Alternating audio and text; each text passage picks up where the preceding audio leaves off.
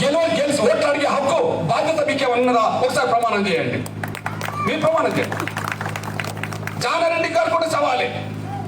మీరు ఓట్ల కోసం పోయినప్పుడు డబ్బులు ఇవ్వకుండా ఓట్లేమనుకోరండి. బీజేపీ వాళ్ళకి సవాల్ ఇస్తున్నా, డబ్బులు ఇవ్వకుండా ఓట్లు అడిగే వైపు తీసుకెళ్ళండి.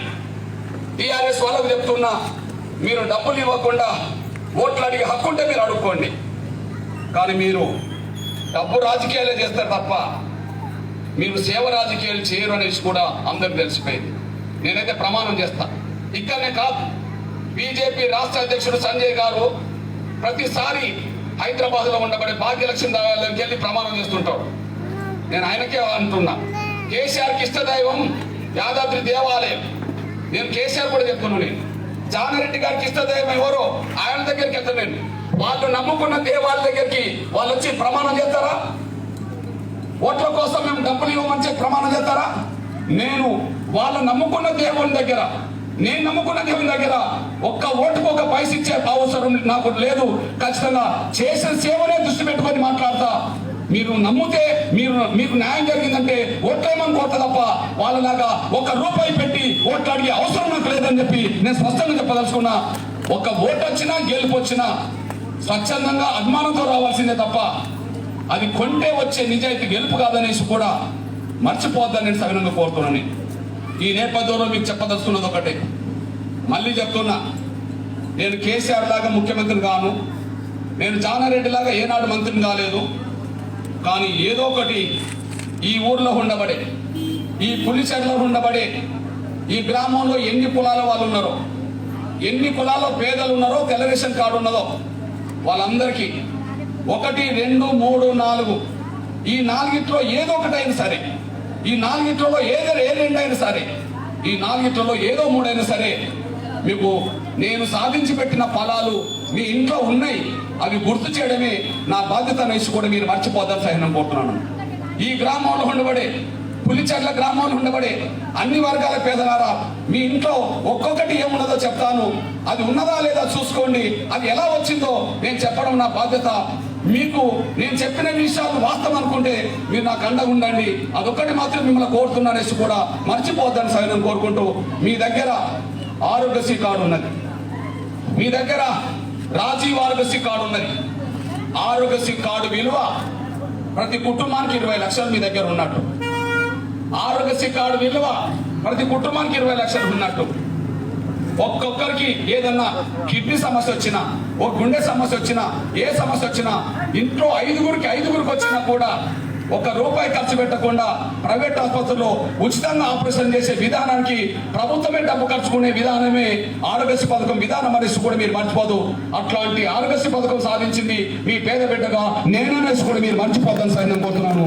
కాదని ఎవరన్నా చెప్తే నాకు అభ్యంతరం ఏమీ లేదు. ఒకసారి చెప్పమానండి, జానారెడ్డి గారు చెప్పమానండి. కృష్ణమాదిగ వల్లనే ఈ ఆరోగ్యశ్రీ పథకం వచ్చిందని నేను అంటున్నా, మీ పేద బిడ్డ వల్లనే వచ్చిందంటున్నా. కాదని జానారెడ్డి గారు చెప్పానండి, కాదని కేసీఆర్ చెప్పానండి, కాదని ఎవరైనా చెప్పానండి. ఆరోగ్యశ్రీ పథకం లాంటి పథకం ఈ దేశంలో ఎక్కర్లేదు, కానీ ఇక్కడ మాత్రం వచ్చింది. దానికి కారణం ఎంఆర్పీ సాధించిన పోరాటం అనేసి కూడా మీరు మర్చిపోరు. ఎలా సాధించాం? ఇదే సమయానికి 2004లో సరిగ్గా 17 ఏళ్ల క్రితం ఇదే సమయానికి నేను ఖమ్మం జిల్లా వైర మండలం రెబ్బవరం చిన్న గ్రామంలో ఒక మీటింగ్ పెడుతున్నప్పుడు ఆ మీటింగ్కి ఒక ముస్లిం కుటుంబం ఆ మీటింగ్ దగ్గరకు వచ్చింది. అన్న, మేము బాధల్లో ఉన్నాం, కష్టాలు ఉన్నాం, మీ మీటింగ్ అయినా మా బాధలు ఏమని ఇంతమని అడిగింది.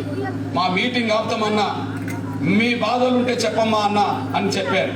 అన్న, నా సంకలున్న బిడ్డ నసీమ, నా బిడ్డకు గుండె జబ్బు ఉన్నదన్నా, ఆపరేషన్ చేయించుకునే స్తోమత మాకు లేదన్నా, దయచేసి ఆపరేషన్ చేయించే ప్రయత్నం చేపిస్తావా, నాకు ఒకానొక బిడ్డ అని చెప్పింది. అప్పుడు నేను అన్నా, అమ్మ ఆపరేషన్ ఖర్చు ఎంత అవుతుంది అని, ప్రైవేట్ ఆసుపత్రిలో 1,40,000 అవుతుందని చెప్పి ఎస్టిమేషన్ ఇచ్చాను రాహుల్. అమ్మ నా దగ్గర డబ్బు లేవు కానీ ఆపరేషన్ చేయించే మార్గం చూస్తాను అన్న. అన్న డబ్బు లేవంటున్నావు, మార్గం ఎట్లా ఉంటుంది అన్నది. నా దగ్గర డబ్బు లేదు కానీ ప్రభుత్వం దగ్గర డబ్బు ఉంటుందమ్మా, నేను ముఖ్యమంత్రి దగ్గర తీసుకెళ్లి ఆపరేషన్ చేయించడానికి ముఖ్యమంత్రిని ఆ డబ్బు అడుగుతానమ్మా అన్న. నీ దయాన్న నా బిడ్డను కాపాడు అన్నది. వెంటనే నేను ఒక వారం రోజుల్లోనే రాజశేఖర్ గారు ముఖ్యమంత్రి అవుతే ఆ ముఖ్యమంత్రి దగ్గరికి తీసుకెళ్లే. నా సీమ తల్లిని, నా సీమ తండ్రిని, నా సీమ నానమ్మను ముఖ్యమంత్రి దగ్గర తీసుకెళ్ళా. ఆ రోజు లేక్ గెస్ట్ హౌస్ లో మే 21, 2004 రాజశేఖర్ గారు ముఖ్యమంత్రి అయిన వారం రోజులకే ధర్మదర్శనం పేరుతో లేక్ గెస్ట్ హౌస్ లో వందలాది మందిని కలుస్తూ వస్తున్నాడు. నేను వందలాది మందిలో ఈ కుటుంబాన్ని పట్టుకొని నిలబడ్డా. అందరినీ కలుస్తూ నా దగ్గరకు వచ్చిండు. ఏం కృష్ణ, ఇంత జనంలో నువ్వెందుకున్నావు, లోపల రావచ్చు కదా అన్నాడు. నేను ఒక్కనైతే లోపలికి వచ్చినాను సార్, నలుగురితో కలిసి వచ్చాను కాబట్టి అందరినీ రానివ్వరని చెప్పి నేను ఇక్కడ నిలబడాల్సి వచ్చింది వీళ్ళతో అన్నా. సరే ఏంటి కృష్ణ అన్నాడు. మొత్తం విషయం అంతా చెప్పా. ఆ నసీమన్ బిడ్డను ముందుకు తీసుకొచ్చి, సార్ ఈ అమ్మాయి పేరు నసీమ, వీళ్ళ తల్లిదండ్రులు సార్ చాలా పేద కుటుంబం సార్, ఈ అమ్మాయి గుండె జబ్బు ఉన్నది, దయచేసి ఆపరేషన్ చేసి సార్ అన్న. నేను ఎంత ఖర్చు వస్తుందని ఆయన అడిగిండు. 1,40,000 ఎస్టిమేషన్ ఇచ్చా. ఆ ఎస్టిమేషన్ చూసుకొని ఒక మాట అన్నాడు, కృష్ణ నా దగ్గర 1,40,000 కానీ నా సహాయ నిధి నుంచి ముఖ్యమంత్రిగా సీఎం రిలీఫ్ ఫండ్ నుంచి ఒక 25,000 శాంక్షన్ చేస్తాను అన్నాడు. నేను ఒక మాట అన్నా, మీరు 25,000 శాంక్షన్ చేస్తే ఇంకా 1,15,000 ఎవరు ఇవ్వాలి అని కన్నోలు పెట్టుకుంటారు కదా అన్నాడు.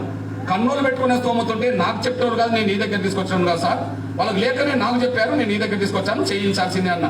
దానికి ఒక మాట అన్నాడు, కృష్ణ నువ్వు చెప్పిన మాటని నేనే కనుక 1,40,000 పెట్టి ఆపరేషన్ చేపిస్తే ఈ రాష్ట్రంలో గుండె దెబ్బలు ఉన్న వాళ్ళందరూ నా దగ్గరకు వస్తే నా బడ్జెట్ డబ్బు సరిపోదు కదా అన్నాడు.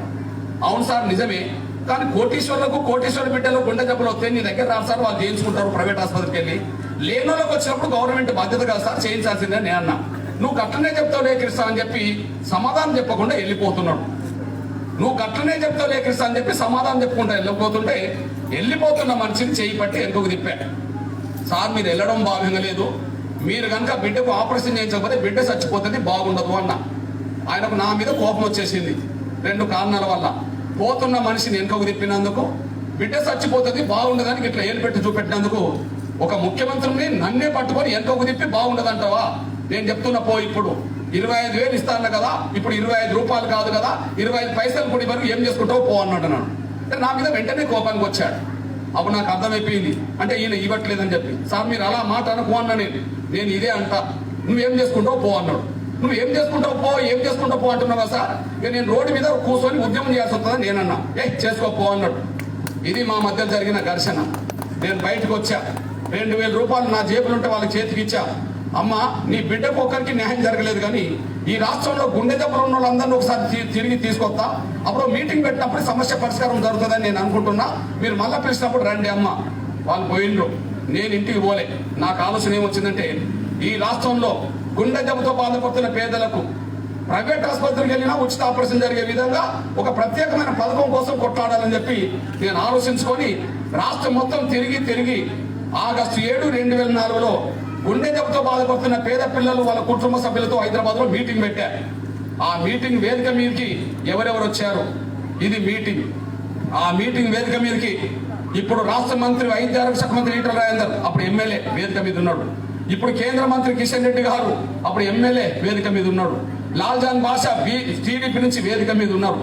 అదే సమయంలో సిపిఎం నేతలు వేదిక మీద ఉన్నారు. మంత్రి చంద్రశేఖర్ వేదిక మీద ఉన్నాడు. చంద్రశేఖర్ రావు కాదు, చంద్రశేఖర్ అప్పుడు వేదిక మీద ఉన్నాడు. ఇటువైపు నాకు లెఫ్ట్ సైడ్ డాక్టర్లు ఉన్నారు. లెఫ్ట్ సైడ్ డాక్టర్లను కూర్చుండబెట్టా, రైట్ సైడ్ నాయకులను కూర్చుండబెట్టా. వేదిక ముందు ఇట్లనే 1,000 మంది పిల్లలు వాళ్ళ తల్లిదండ్రులు వచ్చేసిండ్రు. మీటింగ్ జరుగుతున్న 5 నిమిషాల్లోనే మీటింగ్ వచ్చిన ఒక గుండె దెబ్బ బాబు, 12 సంవత్సరాల గుండె దెబ్బ బీసీ బాబు శోభన్ అనే పిల్లోడు అక్కడికక్కడనే చనిపోయాడు.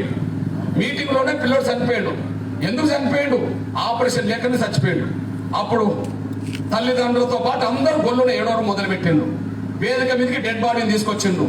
వేదిక మీద మంత్రులు వాళ్ళందరూ ఉన్నారు. డెడ్ బాడీ వేదిక మీదకి వచ్చింది. ముందట చిన్న పిల్లలు వాళ్ళ తల్లిదండ్రులు అందరూ గొల్లున ఏడవడం మొదలు పెట్టిండ్రు. ఇక్కడ పరిస్థితి ఏంటంటే నాకు అర్థమైంది, ఇంకా ఏమాత్రం ఆలస్యం చేసినా ఇక్కడ వచ్చిన పిల్లలు రేపో మాపో చనిపోతూ ఉంటారు. వాళ్ళందరినీ బతికించాలంటే ఇప్పుడే రోడ్డెక్కి ఉద్యమం చేయాలని చెప్పి ఆ చనిపోయిన ఆ బిడ్డ శవాన్ని చేతులు మోసుకుంటూ నాతో పాటు కిషన్ రెడ్డి గారు, నాతో పాటు ఈటల రాజేందర్, నాతో పాటు లాల్జాన్ బాషా, నాతో పాటు మంత్రి చంద్రశేఖర్, నాతో పాటు అందరూ వచ్చి నేను డెడ్ బాడీని మోసుకుంటూ ప్రదర్శన చేసి హైదరాబాద్ లో ట్యాంక్ బండ్ కాడ అంబేద్కర్ విగ్రహం ఉంటే అంబేద్కర్ విగ్రహం కాడ ఈ డెడ్ బాడీని పెట్టి రోడ్ మొత్తం మీద జామ్ చేసి రోడ్ మొత్తం మీద ప్రజలందరూ కూడా కూర్చుండబెట్టి ఈ రోజు ఈ రాత్రికే పిల్లలందరితో ఉచిత ఆపరేషన్ చేయించకపోతే నేను రోడ్డు మీద పోనని చెప్పి రాష్ట్ర ఒక తీయడం మొదలు పెట్టాను. ఆ రోజు 12 గంటలకే మొదలైపోయింది. మొదలైన వెంటనే రాజశేఖర్ గారికి వార్త తెలిసింది. మొదలైన వెంటనే రాజశేఖర్కి వార్త తెలిసింది. ఆయన ఢిల్లీలో ఏపీ భవన్లో విలేకరుల మధ్య ఉన్నాడు. నా చుట్టూ విలేకరులు, పోలీసులు, డాక్టర్లు అందరు కలిసి నా చుట్టూ ఉన్నారు. రోడ్ అంతా దిగ్బంధం అయిపోయింది. వెంటనే రాజశేఖర్ గారు మంత్రికి ఫోన్ చేసి, కృష్ణ ఏదో గొడవ చేస్తున్నట్రా, మీ మందకృష్ణకి ఇమ్మని చెప్పేసిండు. ఫోన్ నాకు ఇచ్చేసిండు. నా చుట్టూ విలేకరులు, నేను మాట్లాడి ఇక్కడ విలేకరులు రాస్తాడు, ఆయన చుట్టూ విలేకరులు, ఆయన చుట్టూ విలేకరులు నాతో మాట్లాడి అక్కడ రాస్తుండ్రు. ముఖ్యమంత్రి కాదా అని చెప్పి నేను నమస్కారం పెట్టాను. ప్రతి నమస్కారం పెట్టకుండానే ఆయన ఒక మాట అన్నాడు, ఏం కృష్ణ హైదరాబాద్ లో కొత్త డ్రామా మొదలు పెట్టినావా అని. ఇది డ్రామా కాదు, ఉద్యమం నేను అన్నా. ఏం ఉద్యమం నీ ఉద్యమం? 1000 మంది పిల్లల్ని రోడ్డు మీదకి రప్పించి ఇప్పటికిప్పుడు ఆపరేషన్ చేయమని నా మెడ మీద కత్తి పెడితే ఎట్లా చేయించాలనుకున్నావు అన్నాడు. ఈ రోజు 1000 మంది వచ్చిన మాట నిజమే సార్. మరి 2.5 నెలల క్రితం నసీం అనే ఒక పేద ముస్లిం బిడ్డను తీసుకొచ్చాను కదా, ఆ ఒక్క బిడ్డకు ఆ రోజు ఎందుకు చేయించలేదు అన్న. నేను నన్ను మళ్ళా బెదిరిస్తున్నావా అన్నాడు. ఆ రోజు ఈ రోజు నేను బెదిరిస్తాను. ఆ రోజు ఒక బిడ్డ కోసం చేశాను, ఇప్పుడు చాలా మంది బిడ్డల కోసం చేస్తున్నా. ఇప్పటికీ ఒక బిడ్డ చనిపోయిండు. నువ్వు ఆపరేషన్ చేయించేది లేట్ అవుతే ఇంకా చాలా మంది బిడ్డలు చచ్చిపోతారు. నేనైతే రోడ్డు దిగిపోయే ప్రసక్తి లేదు సార్ అన్న. నేను అయితే నువ్వు జాగ్రత్త బతుకు అన్నాడు. విలేకరులు రాశారు. సార్ ఏమంటున్నావు సార్ అన్న, నీకు జాగ్రత్త బతుకు అంటే అర్థమవుతలేదా? నీ సంగతి నాకు తెలుసు, నా సంగతి నీకు తెలియదు, జాగ్రత్త బతుకు అన్నాడు. నాకు అర్థమైంది. సార్ నువ్వు బెదిరిస్తున్నావు, నీ బెదిరింపులకు తలకి నేను ఇంటికి వెళ్తే బిడ్డలందరూ చచ్చిపోతారు సార్. కోపం నా మీద ఉంటే కొట్టి చంపి పోలీసులు నాకు పక్కన ఉన్నారు. కానీ పిల్లలందరికీ ఉచితంగా ఆపరేషన్ చేపిద్దామని చెప్పి నీ నోటి నుంచి మాట రానంత వరకు ఈ రోడ్డు దిగిపోయే ప్రసక్తి లేదు సార్, నీ ఇష్టంగా చేసుకో సార్ అని చెప్పి నేను సమాధానం చెప్పేశా. ఫోన్ కట్ చేసిన మనిషి అయిపోయింది. అక్కడ నుంచి 12:30 నుంచి సాయంత్రం 7 గంటల వరకు ఆయన దిగిరాలే. డెడ్ బాడీతో నేను దిగిపోలే. డెడ్ బాడీ అన్నీ ఉన్నది, రోడ్డు రాస్తా వరకు ఉన్నది, అంతా జరుగుతున్నది. అప్పుడు రాజశేఖర్ గారికి అర్థమైపోయింది, ఇక ఈయన మొండి పట్టు పెట్టి రాష్ట్రాన్ని హైదరాబాద్ దిగ్బంధం చేస్తున్నాడు, ఏదో ఒక పరిష్కారం చూపెట్టాలని చెప్పి అప్పటికప్పుడు చెప్పింది ఏంటంటే, ఆ రోజు రాజశేఖర్ గారు ఈ రోజు ఎన్ని వేల మంది గుండె జబ్బుతో బాధపడుతూ హైదరాబాద్కు వచ్చారో వాళ్ళందరికీ ఈ రాత్రి నుంచే ప్రైవేట్ ఆసుపత్రి చేర్పించి ఉచిత ఆపరేషన్ మొదలు పెట్టిస్తానని చెప్పి మాట ఇచ్చేశాడు. దాని ఫలితం వల్ల రాజశేఖర్ గారు హైదరాబాద్కు వచ్చేశాడు. హైదరాబాద్కు వచ్చి ఆసుపత్రులన్నీ సందర్శించిండు. అఖిలపక్ష సమావేశం పెట్టేసిండు. అఖిలపక్ష సమావేశంలో ఒక తీర్మానం చేసిండు, వచ్చిన వాళ్ళకే కాదు, వచ్చిన వాళ్ళు రానోళ్ళు ఎన్ని లక్షల మంది ఉన్నా వాళ్ళందరికీ ఉచిత ఆపరేషన్ చేయించడానికి ఒక ప్రత్యేకమైన బీమా తీసుకొస్తామన్నాడు. ఆ బీమా పేరే ఆరోగ్య బీమా అన్నాడు. ఆరోగ్య బీమాకు పెట్టిన పేరే ఆరోగ్యశ్రీ పథకం అయిపోయింది అనేసి కూడా రాజశేఖర్ గారు స్పష్టం చేసింది అనేసి కూడా మీరు మర్చిపోతాను సార్ నేను కోరుతున్నాను. నేను ఇది చూడండి, ఆరోగ్య బీమానే ఆరోగ్యశ్రీ పథకం అయిపోయింది. ఈ కథ నేను చెప్పడమే కాదు, స్వయాన రాజశేఖర్ గారు, నేను కిషన్ రెడ్డి గారు ఒకసారి రాజశేఖర్ గారిని కలిసినప్పుడు నా 2 చేతులు పట్టుకొని కిషన్ రెడ్డి గారి ముందే నన్ను క్షమాపణ చెప్పి, కృష్ణ ఆ రోజు నీ పొరపాటు కాదు నాదే పొరపాటు, నేనే తొందరపడి నేను బెదిరించాను, అయితే నువ్వు గట్టిగా నిలబడడం వల్లనే నేను ఆరోగ్యశ్రీ పథకం పెట్టాల్సి వచ్చింది కృష్ణ అని చెప్పి కిషన్ రెడ్డి గారి ముందే నాకు క్షమాపణ చెప్పిన చరిత్ర రాజశేఖర్ గారికి ఉన్నది. ఇక చనిపోవడానికి 20 రోజుల ముందు నిండు శాసనసభలో ఆరోగ్యశ్రీ పథకం మీద చర్చ జరిగినప్పుడు రాజశేఖర్ గారు ఒక మాట అన్నాడు, నేను నా జీవితంలో కూడా ఇట్లాంటి ఒక గొప్ప పథకం పెడతామని చెప్పి నేను ఊహించుకోలే. ఈ పథకం పెట్టినాకనే నాకు ప్రజల్లో అభిమానం పెరిగి 2వ ముఖ్యమంత్రి కాగలిగాను. ఈ దేశంలో ప్రపంచంలో ఈ పథకం ద్వారా నాకు గొప్ప పేరు వచ్చింది. కానీ 2వ అధికారం నేను వచ్చినా, ప్రపంచంలో నాకు గొప్ప పేరు వచ్చినా, ఈ పథకానికి అసలు కారణం మాత్రం నా సొంత ఆలోచన కాదు, మందకృష్ణ నడిపిన గుండె దెబ్బల ఉద్యమాలని నేను ఆరోగ్యశ్రీ పథకం పెట్టిందని చెప్పి రాజశేఖర్ గారు నిన్ను శాసనసభలో చెప్పిండు అనేసి కూడా మీరు మర్చిపోతాను సరే అనుకుంటున్నాను. దీన్ని బట్టి మీ ఇంట్లో వచ్చిన ప్రతి ఆరోగ్యశ్రీ కార్డు విలువ 20 లక్షలు అనేసి కూడా మీరు మర్చిపోదు. ఈ దేశంలో ఉండబడే ఇంకా ఏ రాష్ట్రంలో కూడా 2 తెలుగు రాష్ట్రాలైన తెలంగాణ, ఆంధ్రప్రదేశ్ తప్ప మిగిలిన 27 రాష్ట్రాల్లో ఆరోగ్యశ్రీ పథకం లాంటి పథకము ఎక్కడ లేదు. ఇక్కడనే ఉన్నదంటే ఎంఆర్పీ సాధించిన ఉద్యమం ఫలితమే అందరికీ ఆరోగ్యశ్రీ కార్డు వచ్చిందనేసి కూడా మీరు మర్చిపోతారు సార్ నేను కోరుతున్నాను. ఇప్పుడు చెప్పండి, ఇది ఎవరి పథకమో కాదు. ఒక పేద బిడ్డగా నేను పేదోని కాబట్టి, పేదల కష్టాలు తెలిసినోని కాబట్టి నా వంతు పాత్ర పోషిస్తే దేశం లెక్క లేని ఒక పథకం ఇక్కడ రావాల్సి వచ్చిందనేసి కూడా మీరు మర్చిపోతాం సార్ నేను కోరుతున్నాను. ఇక రెండోది మీ ఇళ్లలో, ఈ ఊర్లో అన్ని ఇళ్లలో వికలాంగులు ఉన్నారని అనుకోవట్లేదు. కానీ 50 మందో 20 మందో 30 మందో 100 మందో కాళ్ళు లేని, చేతులు లేని, కళ్ళు లేని వికలాంగుల వర్గం ఉంటుంది. వాళ్ళ పెన్షన్ ఎంత వస్తున్నది? వాళ్ళ 3,000 పైగా వస్తున్నది. ఈ దేశంలో ఎక్కడన్నా 3,000 ఇచ్చే రాష్ట్రం ఉన్నదా? ఈ దేశానికి ప్రధానమంత్రి నరేంద్ర మోడీ గారు, ఆయన సొంత రాష్ట్రం గుజరాత్ లో 1,500 ఉన్నాయా? గుజరాత్ లో 1,000 రూపాయలు ఉన్నాయా? ఈ దేశంలో ఎక్కడ ఉన్నాయా? ఎక్కడ లేవు. మరి ఎక్కడ లేని పెన్షన్ ఇక్కడనే అంతెందుకు పెరిగింది? దానికి కారణం 2007లో నేను విశాఖపట్నంలో ఒక మీటింగ్ పెడుతున్న రోజు 2007లో విశాఖపట్నంలో ఒక మీటింగ్ పెడుతున్నప్పుడు కాళ్ళు లేని, చేతులు లేని, కళ్ళు లేని వికలాంగులు నా దగ్గరకు వచ్చి, అన్నా నువ్వు గుండె దెబ్బతో బాధపడుతున్న పిల్లల కోసం ఉద్యమం చేస్తే ఆరోగ్యశ్రీ పథకం వచ్చిందన్నా, మా వికలాంగుల కోసం ఏదైనా పెన్షన్ కోసం పెరిగేటట్టు చేయన్నా, మీకు సహకరిస్తామన్నా, మీకు అండగా నిలబడతామని చెప్పి వాళ్ళు విజ్ఞప్తి చేస్తే, నాకు విజ్ఞప్తి చేసిన సంవత్సరం 2007. ఆ 2007లో వాళ్ళ పెన్షన్ ఎంత? 2007లో వాళ్ళ పెన్షన్ ఎంత? 200 రూపాయలు. ప్రజలారా మీరు అర్థం చేసుకోండి. రాజశేఖర రెడ్డి గారు ముఖ్యమంత్రిగా 2004 అయింది కదా. రాజశేఖర రెడ్డి గారు అమలు చేసిన పెన్షన్ ఎంత? 200 రూపాయలు. వాస్తవానికి కాళ్ళు లేని, చేతులు లేని, కళ్ళు లేని వాళ్ళకు 225 పెన్షన్ ఇవ్వాలి. ఆయన ఎట్లా ఇవ్వాలి? 2004 కాంగ్రెస్ పార్టీ మేనిఫెస్టోలో తెలుగుదేశం పార్టీ 75 రూపాయలు ఇచ్చింది. మేము అధికారం పోతే 150 కలిపి 225 ఇస్తామని చెప్పి కాంగ్రెస్ మేనిఫెస్టోలో ఉంటది. కానీ రాజశేఖర్ గారు 200 ఇచ్చిండు, 25 రూపాయలు కూడా ఇవ్వలేకుండా పోయిండు. అట్లా 25 రూపాయలు కూడా ఇవ్వలేని రోజుల్లో నాకు వికలాంగుల సమాజము అన్న మాకు 1500 పెన్షన్ సాధించమని చెప్పి నా మీద బాధ్యత పెడితే, ఆ బాధ్యత నెరవేర్చడం కోసం నేను తెలంగాణ, ఆంధ్ర, రాయలసీమ అన్ని జిల్లాలు తిరిగి హైదరాబాద్ లో నవంబర్ 26, 2007లో హైదరాబాద్ లో నవంబర్ 26, 2007లో లక్షల మందితో హైదరాబాద్ లో మీటింగ్ పెట్టా, వికలాంగుల మీటింగ్ పెట్టా. బహుశా ప్రపంచంలో, నేను దేశం గురించి మాట్లాడలేను, ప్రపంచంలో లక్షల మందితో వికలాంగుల మీటింగ్ పెట్టిన చరిత్ర ఒక ఎంఆర్పిఎస్ కున్నదే తప్ప ఏ పార్టీకి, ఏ సంఘానికి లేదు. ఇగో లక్షల మందితో మీటింగ్ పెట్టా. ఆ మీటింగ్ రోజే మొత్తం హైదరాబాద్ నగరాన్ని దిగ్బంధం చేశా. ఆ దిగ్బంధం చేసిన ఫలితం వల్ల రాజశేఖర్ గారు 200 నుంచి 500 ఇస్తా అని హామీ ఇచ్చిండు. కానీ దాన్ని అమలు చేయలేదు. అమలు చేయకపోతే నేను హైదరాబాద్ లో మళ్ళీ తిండి మానేసి ఆమెను నిరాదీక్ష చేస్తే ఆ దీక్ష ఫలితమే 500 కొంతకాలం అమలు జరిగింది, తర్వాత 1500 అమలు జరిగింది. ఆ 1500 ఇప్పుడు 3000 పైగా అయిందనేసి కూడా మీరు మర్చిపోతాను సైన్యం కోరుతున్నాను నేను.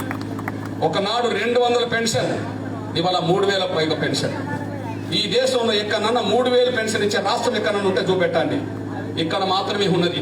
మరి ఇక్కడనే ఎందుకు పెరిగిందంటే వికలాంగుల పక్షాన కొట్లాడింది, వికలాంగుల పక్షాన పోరాటం చేసింది, వికలాంగుల పెన్షన్ సాధించింది ఎంఆర్పిఎస్ తప్ప ఏ పార్టీ, ఏ సంఘం కాదనేసి కూడా మీరు మర్చిపోతాం సైన్యం కోరుతున్నాను. ఒకనాడు వికలాంగులంటే కుటుంబానికి భారం అనుకునేవారు. 200 పెన్షన్ వస్తున్న రోజుల్లో వికలాంగులు కుటుంబానికి భారం అనుకునేవాళ్ళు. కానీ వాళ్ళ 3000 పెన్షన్ వస్తుంటే వికలాంగులే కుటుంబానికి పెద్ద దిక్కు అయిపోయినరు, ఆసరైపోయిండ్రు అనేసి కూడా మీరు మర్చిపోతాం సైన్యం కోరుతున్నాను. ఒకనాడు భారమైన వాళ్ళ మీదనే ఆధారపడేట్టుగా చేయడంలో ఎంఆర్పిఎస్ తమ వంతు పాత్ర పోషించింది అనేసి కూడా మీరు మర్చిపోతాం సైన్యం కోరుతున్నాను. మూడో విషయం గుర్తు చేస్తున్నాను. ప్రతి ఇంట్లో లేకపోయినా 70% ఇంట్లో ఈ ఊర్లో పులిచెర్ల గ్రామంలో లేదా తెలంగాణ, ఆంధ్రప్రదేశ్ గ్రామంలో మీ దానికి ఎవరు సాక్ష్యం? జానారెడ్డి గారే సాక్ష్యం. జానారెడ్డి గారు 2004లో రాజశేఖర్ గారు మంత్రివర్గంలో మంత్రే కదా, 2009లో రోసే మంత్రివర్గంలో మంత్రే కదా, కిరణ్ కుమార్ గారు మంత్రివర్గంలో మంత్రే కదా, 10 ఏళ్ళు మంత్రే కదా. మరి 10 ఏళ్ళు మంత్రి అవుతే 200 పెన్షన్ అదనంగా 2 రూపాయలు ఏమైనా పెరిగినాయా? 200 పెన్షన్ అదనంగా 2 రూపాయలు పెరిగినాయా? పెరగలే. సాక్ష్యం ఏంటిది? రాజశేఖర్ గారు 2004లో ఇచ్చింది 200 పెన్షన్. రాజశేఖర్ గారు చనిపోయినాక రోసే ఇచ్చింది 200 పెన్షన్. రోసే దిగిపోయినాక కిరణ్ కుమార్ గారు దిగిపోయే నాటికి ఇచ్చినది పెన్షన్ 200 పెన్షన్. అంటే 200 పెన్షన్ లో 2 రూపాయలు పెరగలే. ఎన్నేళ్ళు? 10 ఏళ్ళు గడిచిన. 2004లో 200 పెన్షన్ ఉంటే 2014లో కూడా 200 పెన్షన్ ఉన్నది ఉమ్మడి ఆంధ్రప్రదేశ్ లో. అంటే 10 ఏళ్ళు గడిచిన 10 రూపాయలు కాదు కదగా రూపాయి పెరగలే పెన్షన్. మరి రూపాయి పెరగని పెన్షన్ అకస్మాత్తుగా 200 నుంచి 2000 పెరిగింది. అక్కడ కూడా ఎంఆర్పిఎస్ పోరాటం చేస్తేనే అది పెరిగిందనేసి కూడా మీరు మర్చిపోతాం సైన్యం కోరుతున్నాను. ఇక్కడ ప్రతిపక్షాలనే అంటారు, ప్రతిపక్షాలు లేవు. వామపక్షాలనే అంటారు, వామపక్షాలు లేవు. ఏ పక్షం లేదు. ప్రజల పక్షాన కొట్లాడు ఎంఆర్పిఎస్ ఉన్నది. దానివల్లనే పెన్షన్ పెరిగింది. ఎలా పెరిగిందో చెప్తాను చూడండి. 10 ఏళ్ళు గడిచిన రూపాయి పెరగని పెన్షన్ ఇవాళ 2000 దాకా పెరిగిందంటే ఎలా పెరిగిందో చెప్తున్నా చూడండి. నాకెవరో వచ్చి చెప్తే పెంచలే, నాకెవరో వచ్చి చెప్తేనే ఉద్యమం చేయలే. 2 పేపర్లు వచ్చిన సంఘటనలు ఆసరా చేసుకొని, 2 పేపర్లు వచ్చిన సంఘటన ఆసరా చేసుకొని, ఒకటి బాధతో ఒకటి కన్నీరు గార్చి ఒక ఉద్యమాన్ని నిర్మించా. ఒకటి బాధతో ఒకటి కన్నీరు గార్చి ఉద్యమాన్ని నిర్మించా. ఒకటి బాధ సంఘటన ఏంటిది, నేను కన్నీరు కాసే సంఘటన ఏంది, ఆ 2 సంఘటనలు చెప్తాను. మీరు కూడా బాధపడతారు ఆ సంఘటనలు అనేసి కూడా మీరు మర్చిపోతారు. సాక్ష్యం చెప్తున్నా చూడండి. 2012 సెప్టెంబర్లో అప్పటికి 200 పెన్షన్ ఉన్నది. ఆ సమయంలో నేను ఢిల్లీకి వెళ్ళి వరంగల్ వచ్చినప్పుడు పేపర్లో ఒక సంఘటన చూసి బాధపడ్డా. వరంగల్ జిల్లాలో మహబూబాద్ అనే ప్రాంతం ఉన్నది. ఇప్పుడు మహబూబాద్ కూడా ఒక జిల్లా అయిపోయింది. ఆ మహబాద్ దగ్గర గుండ్రాతిమడుగు అనే ఒక గ్రామం ఉన్నది, ఈ పులిచెర్ల లాగానే. ఆ గుండ్రాతిమడుగు గ్రామంలో ఒక బీసీ తల్లి ధనలక్ష్మి పేరిక, ఆమెకు 3 కూతుర్లు ఉన్నారు. 3కి పెళ్ళయింది, కానీ కొడుకులు లేకపోవడం వల్ల, భర్త లేకపోవడం వల్ల పెద్ద కూతురు దగ్గర వచ్చి ఉంటుంది. ఆ పెద్ద కూతురు దగ్గరనే నెలల తరపు ఉండడం వల్ల పెద్ద కూతురుకు తల్లి మీద కోపం వచ్చింది. నా ఒక్క దగ్గరనే ఉంటుంది, ఇంకా చెల్లెల దగ్గరికి వెళ్తలేదు, నా ఇంట్లో ఈమె ఉండడం వల్ల నా పిల్లలకు సరిగ్గా తిండి పెట్టలేకపోతున్నా, ఈమె నాకు భారం అవుతుందని చెప్పి తల్లినే భారం అనుకోని చెప్పి తల్లిని దవాఖానకు తీసుకెళ్తాన్ని నమ్మించి ఇంటి ముందు ఆటో ఎక్కించుకొని మహబాద్కు నర్సంపేట అనేది 70 కిలోమీటర్ దూరం ఉంటే ఆ 70 కిలోమీటర్ దూరం తీసుకెళ్లి అర్ధరాత్రి 2 గంటలకు అక్కడ నర్సంపేట బస్ స్టాండ్ లో వదిలేసి వచ్చింది. ఎవరిని? కన్న తల్లిని. ఇది పేపర్లో చూసాను. ఎవరిని వదిలేసి వచ్చింది? కన్న తల్లిని వదిలేసి వచ్చింది. పేపర్లో ఏమొచ్చిందంటే భారమైన పేగుబంధం, కన్న తల్లిని బస్ స్టాండ్ లో వదిలేసిన కూతురు అని చెప్పి పేపర్లో చూశాను నేను. ఇది 2012 సంఘటన. అప్పటికి రూపాయి పెరగలే పెన్షన్. ఈ సంఘటన చూసి బాధపడ్డా, కానీ మరో సంఘటన చూసి ఏడ్చా. అది నా తల్లిని చూసో నా తండ్రిని చూసో కాదు, ఒక పేద రెడ్ల తల్లిని, ఒక రెడ్డి తల్లిదండ్రులను చూసి నేను ఏడ్చా. ఇది చూడండి, రాజిరెడ్డి వెంకట నరసమ్మ, వరంగల్ జిల్లా చిట్యాల్లో. రాజిరెడ్డి వయసు 80 సంవత్సరాలు, వెంకట నరసమ్మ వయసు 75 సంవత్సరాలు. ఇద్దరు భార్య భర్తలు, ఇద్దరు కలిసి పురుగుల మందు పోసుకొని చచ్చిపోయారు. ఎందుకు చనిపోయినరు? ఇలా ఉంటది, బువ్వ కరువై బతుకు బరువై పండుటాకుల ఆత్మహత్య అని చెప్పి ఇలా ఉంటది. బువ్వ కరువై బతుకు బరువై పండుటాకుల ఆత్మహత్య అని ఇలా ఉంటది. అంటే ఈ 2 సంఘటనలు చూసి, ఒకటి బస్తాన్లో ఆ అమ్మని చూసి నేను బాధపడ్డా, రాజిరెడ్డి వెంకట నరసమ్మలు ఆత్మహత్య చేసుకోవడం చూసి నేను ఏడ్చా. కానీ వీళ్ళకి ఏదైనా పరిష్కారం దొరకదా? కన్న బిడ్డలకు తల్లిదండ్రులే భారం అవుతే మరి వాళ్ళని ఎవరు సాధాలి? కనీసం పెన్షన్ కనుక పెరిగితే, కన్నందుకు కాకపోయినా నెలకు వాళ్ళ పెన్షన్ 1000 రూపాయలు 2000 వస్తారని చూశాను. సరే, కన్న తల్లిదండ్రులు సరిగా చూసుకుంటారని చెప్పి అప్పుడు నాకు ఆలోచన వచ్చి వాళ్ళ పెన్షన్ 1000 రూపాయలు పెరగాలని చెప్పి డిమాండ్ చేస్తూ 10 లక్షల మంది మీటింగ్ పెట్టాను. దానికోసం 6 నెలలు తిరిగా. ఇగో చూడండి, దానికోసం 6 నెలలు తిరిగి వృద్ధుల వితంతుల పెన్షన్ 1000 రూపాయలు పెరగాలని చెప్పి, అప్పటికి రూపాయి పెరగలే కదా, 1000 రూపాయలు పెరగాలని చెప్పి హైదరాబాద్ లో మీటింగ్ పెట్టారు. ఈ మీటింగ్ వేదిక మీద ఎవరెవరున్నో అందరినీ పిలిచారు. ఆనాడు ప్రతిపక్ష నాయకుడు చంద్రబాబు నాయుడు పిలిస్తే వచ్చి మీటింగ్ లో కూర్చున్నాడు. కేసీఆర్ రమ్మని నేను కలిసి వచ్చా, ఆయన రాకుండా ఈటల రాజేందర్ పంపాడు. కిషన్ రెడ్డి గారి దగ్గరికి పోతే కిషన్ రెడ్డి గారు వచ్చిండు, కాంగ్రెస్ కేంద్ర మంత్రి సర్వేసత్యాన్ని వచ్చిండు, సిపిఎం నాయకులు వచ్చిండ్రు, అన్ని పార్టీల నాయకులు వచ్చేసిండ్రు. వేదిక ముందు 10 లక్షల మంది వేదిక మీద పెద్ద నాయకులు పిలిపించారు. ఒక మాట అడిగేవాళ్ళు, సార్ మీకు వీళ్ళు ఓట్లేస్తేనే మీరు ఎమ్మెల్యేలు, ఎంపీలు, మంత్రులు, ముఖ్యమంత్రి దాకా వచ్చింది సార్. మీరు మరి ఓట్లేసిన వాళ్ళ పెన్షన్ రూపాయి పెరగలేదు, కానీ మరి మీ జీతాలు ఎందుకు పెంచుకున్నారు సార్ అన్న. నేను 2004లో మీ జీతాలు 25,000 ఉంటే మరి 2012-13 వచ్చినప్పటికి 75,000 లక్షలు చేసుకున్నారు కదా. మరి ఓట్లేసిన వాళ్ళ పెన్షన్ రూపాయి పెరగలేదు, కానీ మీ జీతాలు ఎట్లా పెంచుకున్నారని చెప్పి 10 లక్షల ముందు వీళ్ళని అడిగా. ఈ సభలో అడిగేటప్పుడు చంద్రబాబు నాయుడుకు కొంత ఆలోచన వచ్చేసింది. అరే నిజమే తప్పు చేశామని చెప్పి వెంటనే చంద్రబాబు నాయుడు నా చెవులో ఒక మాట అన్నాడు. నా పక్కనే కూర్చున్నాడు కదా, కృష్ణ చాలా గొప్ప మీటింగ్ పెట్టావు, ఇన్ని లక్షల మందిని రప్పించడం అంటే అసాధ్యం కృష్ణ, కానీ ఎంత పెంచితే బాగుంటుంది కృష్ణ అన్నాడు. మీ మనసున్న చెప్తారా నేను అన్నా. కృష్ణ 200 పెన్షన్ ఇస్తుంది కదా, నేను కనుక అధికారం వస్తే దానికి ఒక 500 కలిపి 700 ఇద్దాం అనుకుంటున్నా కృష్ణ అన్నాడు. సార్ నువ్వు 700 దాకా వచ్చావు, నేను 1000 రూపాయలు అంటున్నా, మన మధ్యలో తేడా 300 కదా, దయచేసి ఆ 300 కూడా పెంచుతా అని చెప్పి 1000 రూపాయలు సార్, ఈ పేదలందరూ కలిసి నీకే ఓట్లయితే నువ్వే అధికారం వస్తావు సార్, దయచేసి పెద్ద మనసు చేసుకోసారన్న. నేను వెంటనే నా మాటిని ఓకే కృష్ణ నేనే 1000 రూపాయలు అని చెప్తా అన్నాడు. వెంటనే ఆయనతో మాట్లాడించిన వెంటనే నాకు అధికారం వస్తే నేను 1000 రూపాయలు పెన్షన్ పెడతానని ఆయన మాట ఇచ్చేశాడు. వెంటనే కిషన్ రెడ్డి గారితో మాట్లాడించా, ఆయన 1000 రూపాయలు అన్నారు. ఈటల రాజేందర్తో మాట్లాడించా, ఆయన 1000 రూపాయలు అన్నారు. కాంగ్రెస్ కేంద్ర మంత్రితో మాట్లాడించా, ఆయన 1000 రూపాయలు అన్నారు. వైసీపీ నేతలతో మాట్లాడించా, వాళ్ళు 1000 రూపాయలు అన్నారు. సిపిఐ నేతలతో మాట్లాడించా, వాళ్ళు 1000 రూపాయలు అన్నారు. ఎన్నికలకు ముందు 10 లక్షల మందిలో అన్ని పార్టీల లీడర్లతో 1000 రూపాయలు పంపించిన ఫలితమే 2014 నుంచి 2018 వరకు 1000 రూపాయలు అమలు జరిగినాయి. గవ్వే ఇప్పుడు 2000 ఎమ్మెల్యేలకు అమలు జరిగిందని కూడా మీరు మర్చిపోతారు సార్, నేను కోరుతున్నాను. 1000 రూపాయలు అమలు జరిగినాయి కదా, తర్వాత ఇప్పుడు 2000 అయిపోయినాయి కదా. ఇప్పుడు మీరు చెప్పండి, 2004 నుంచి నేను పట్టించుకునేంత వరకు 1 రూపాయి పెరగలే పెన్షన్. 2004 నుంచి నేను పట్టించుకునేంత వరకు 1 రూపాయి పెరగలే. పార్టీలు లేవా, నాయకులు లేరా, లీడర్ లేరా, ప్రభుత్వాలు లేవా, ప్రతిపక్షాలు లేవా, అందరూ ఉన్నారు, కానీ రూపాయి పెరగలే.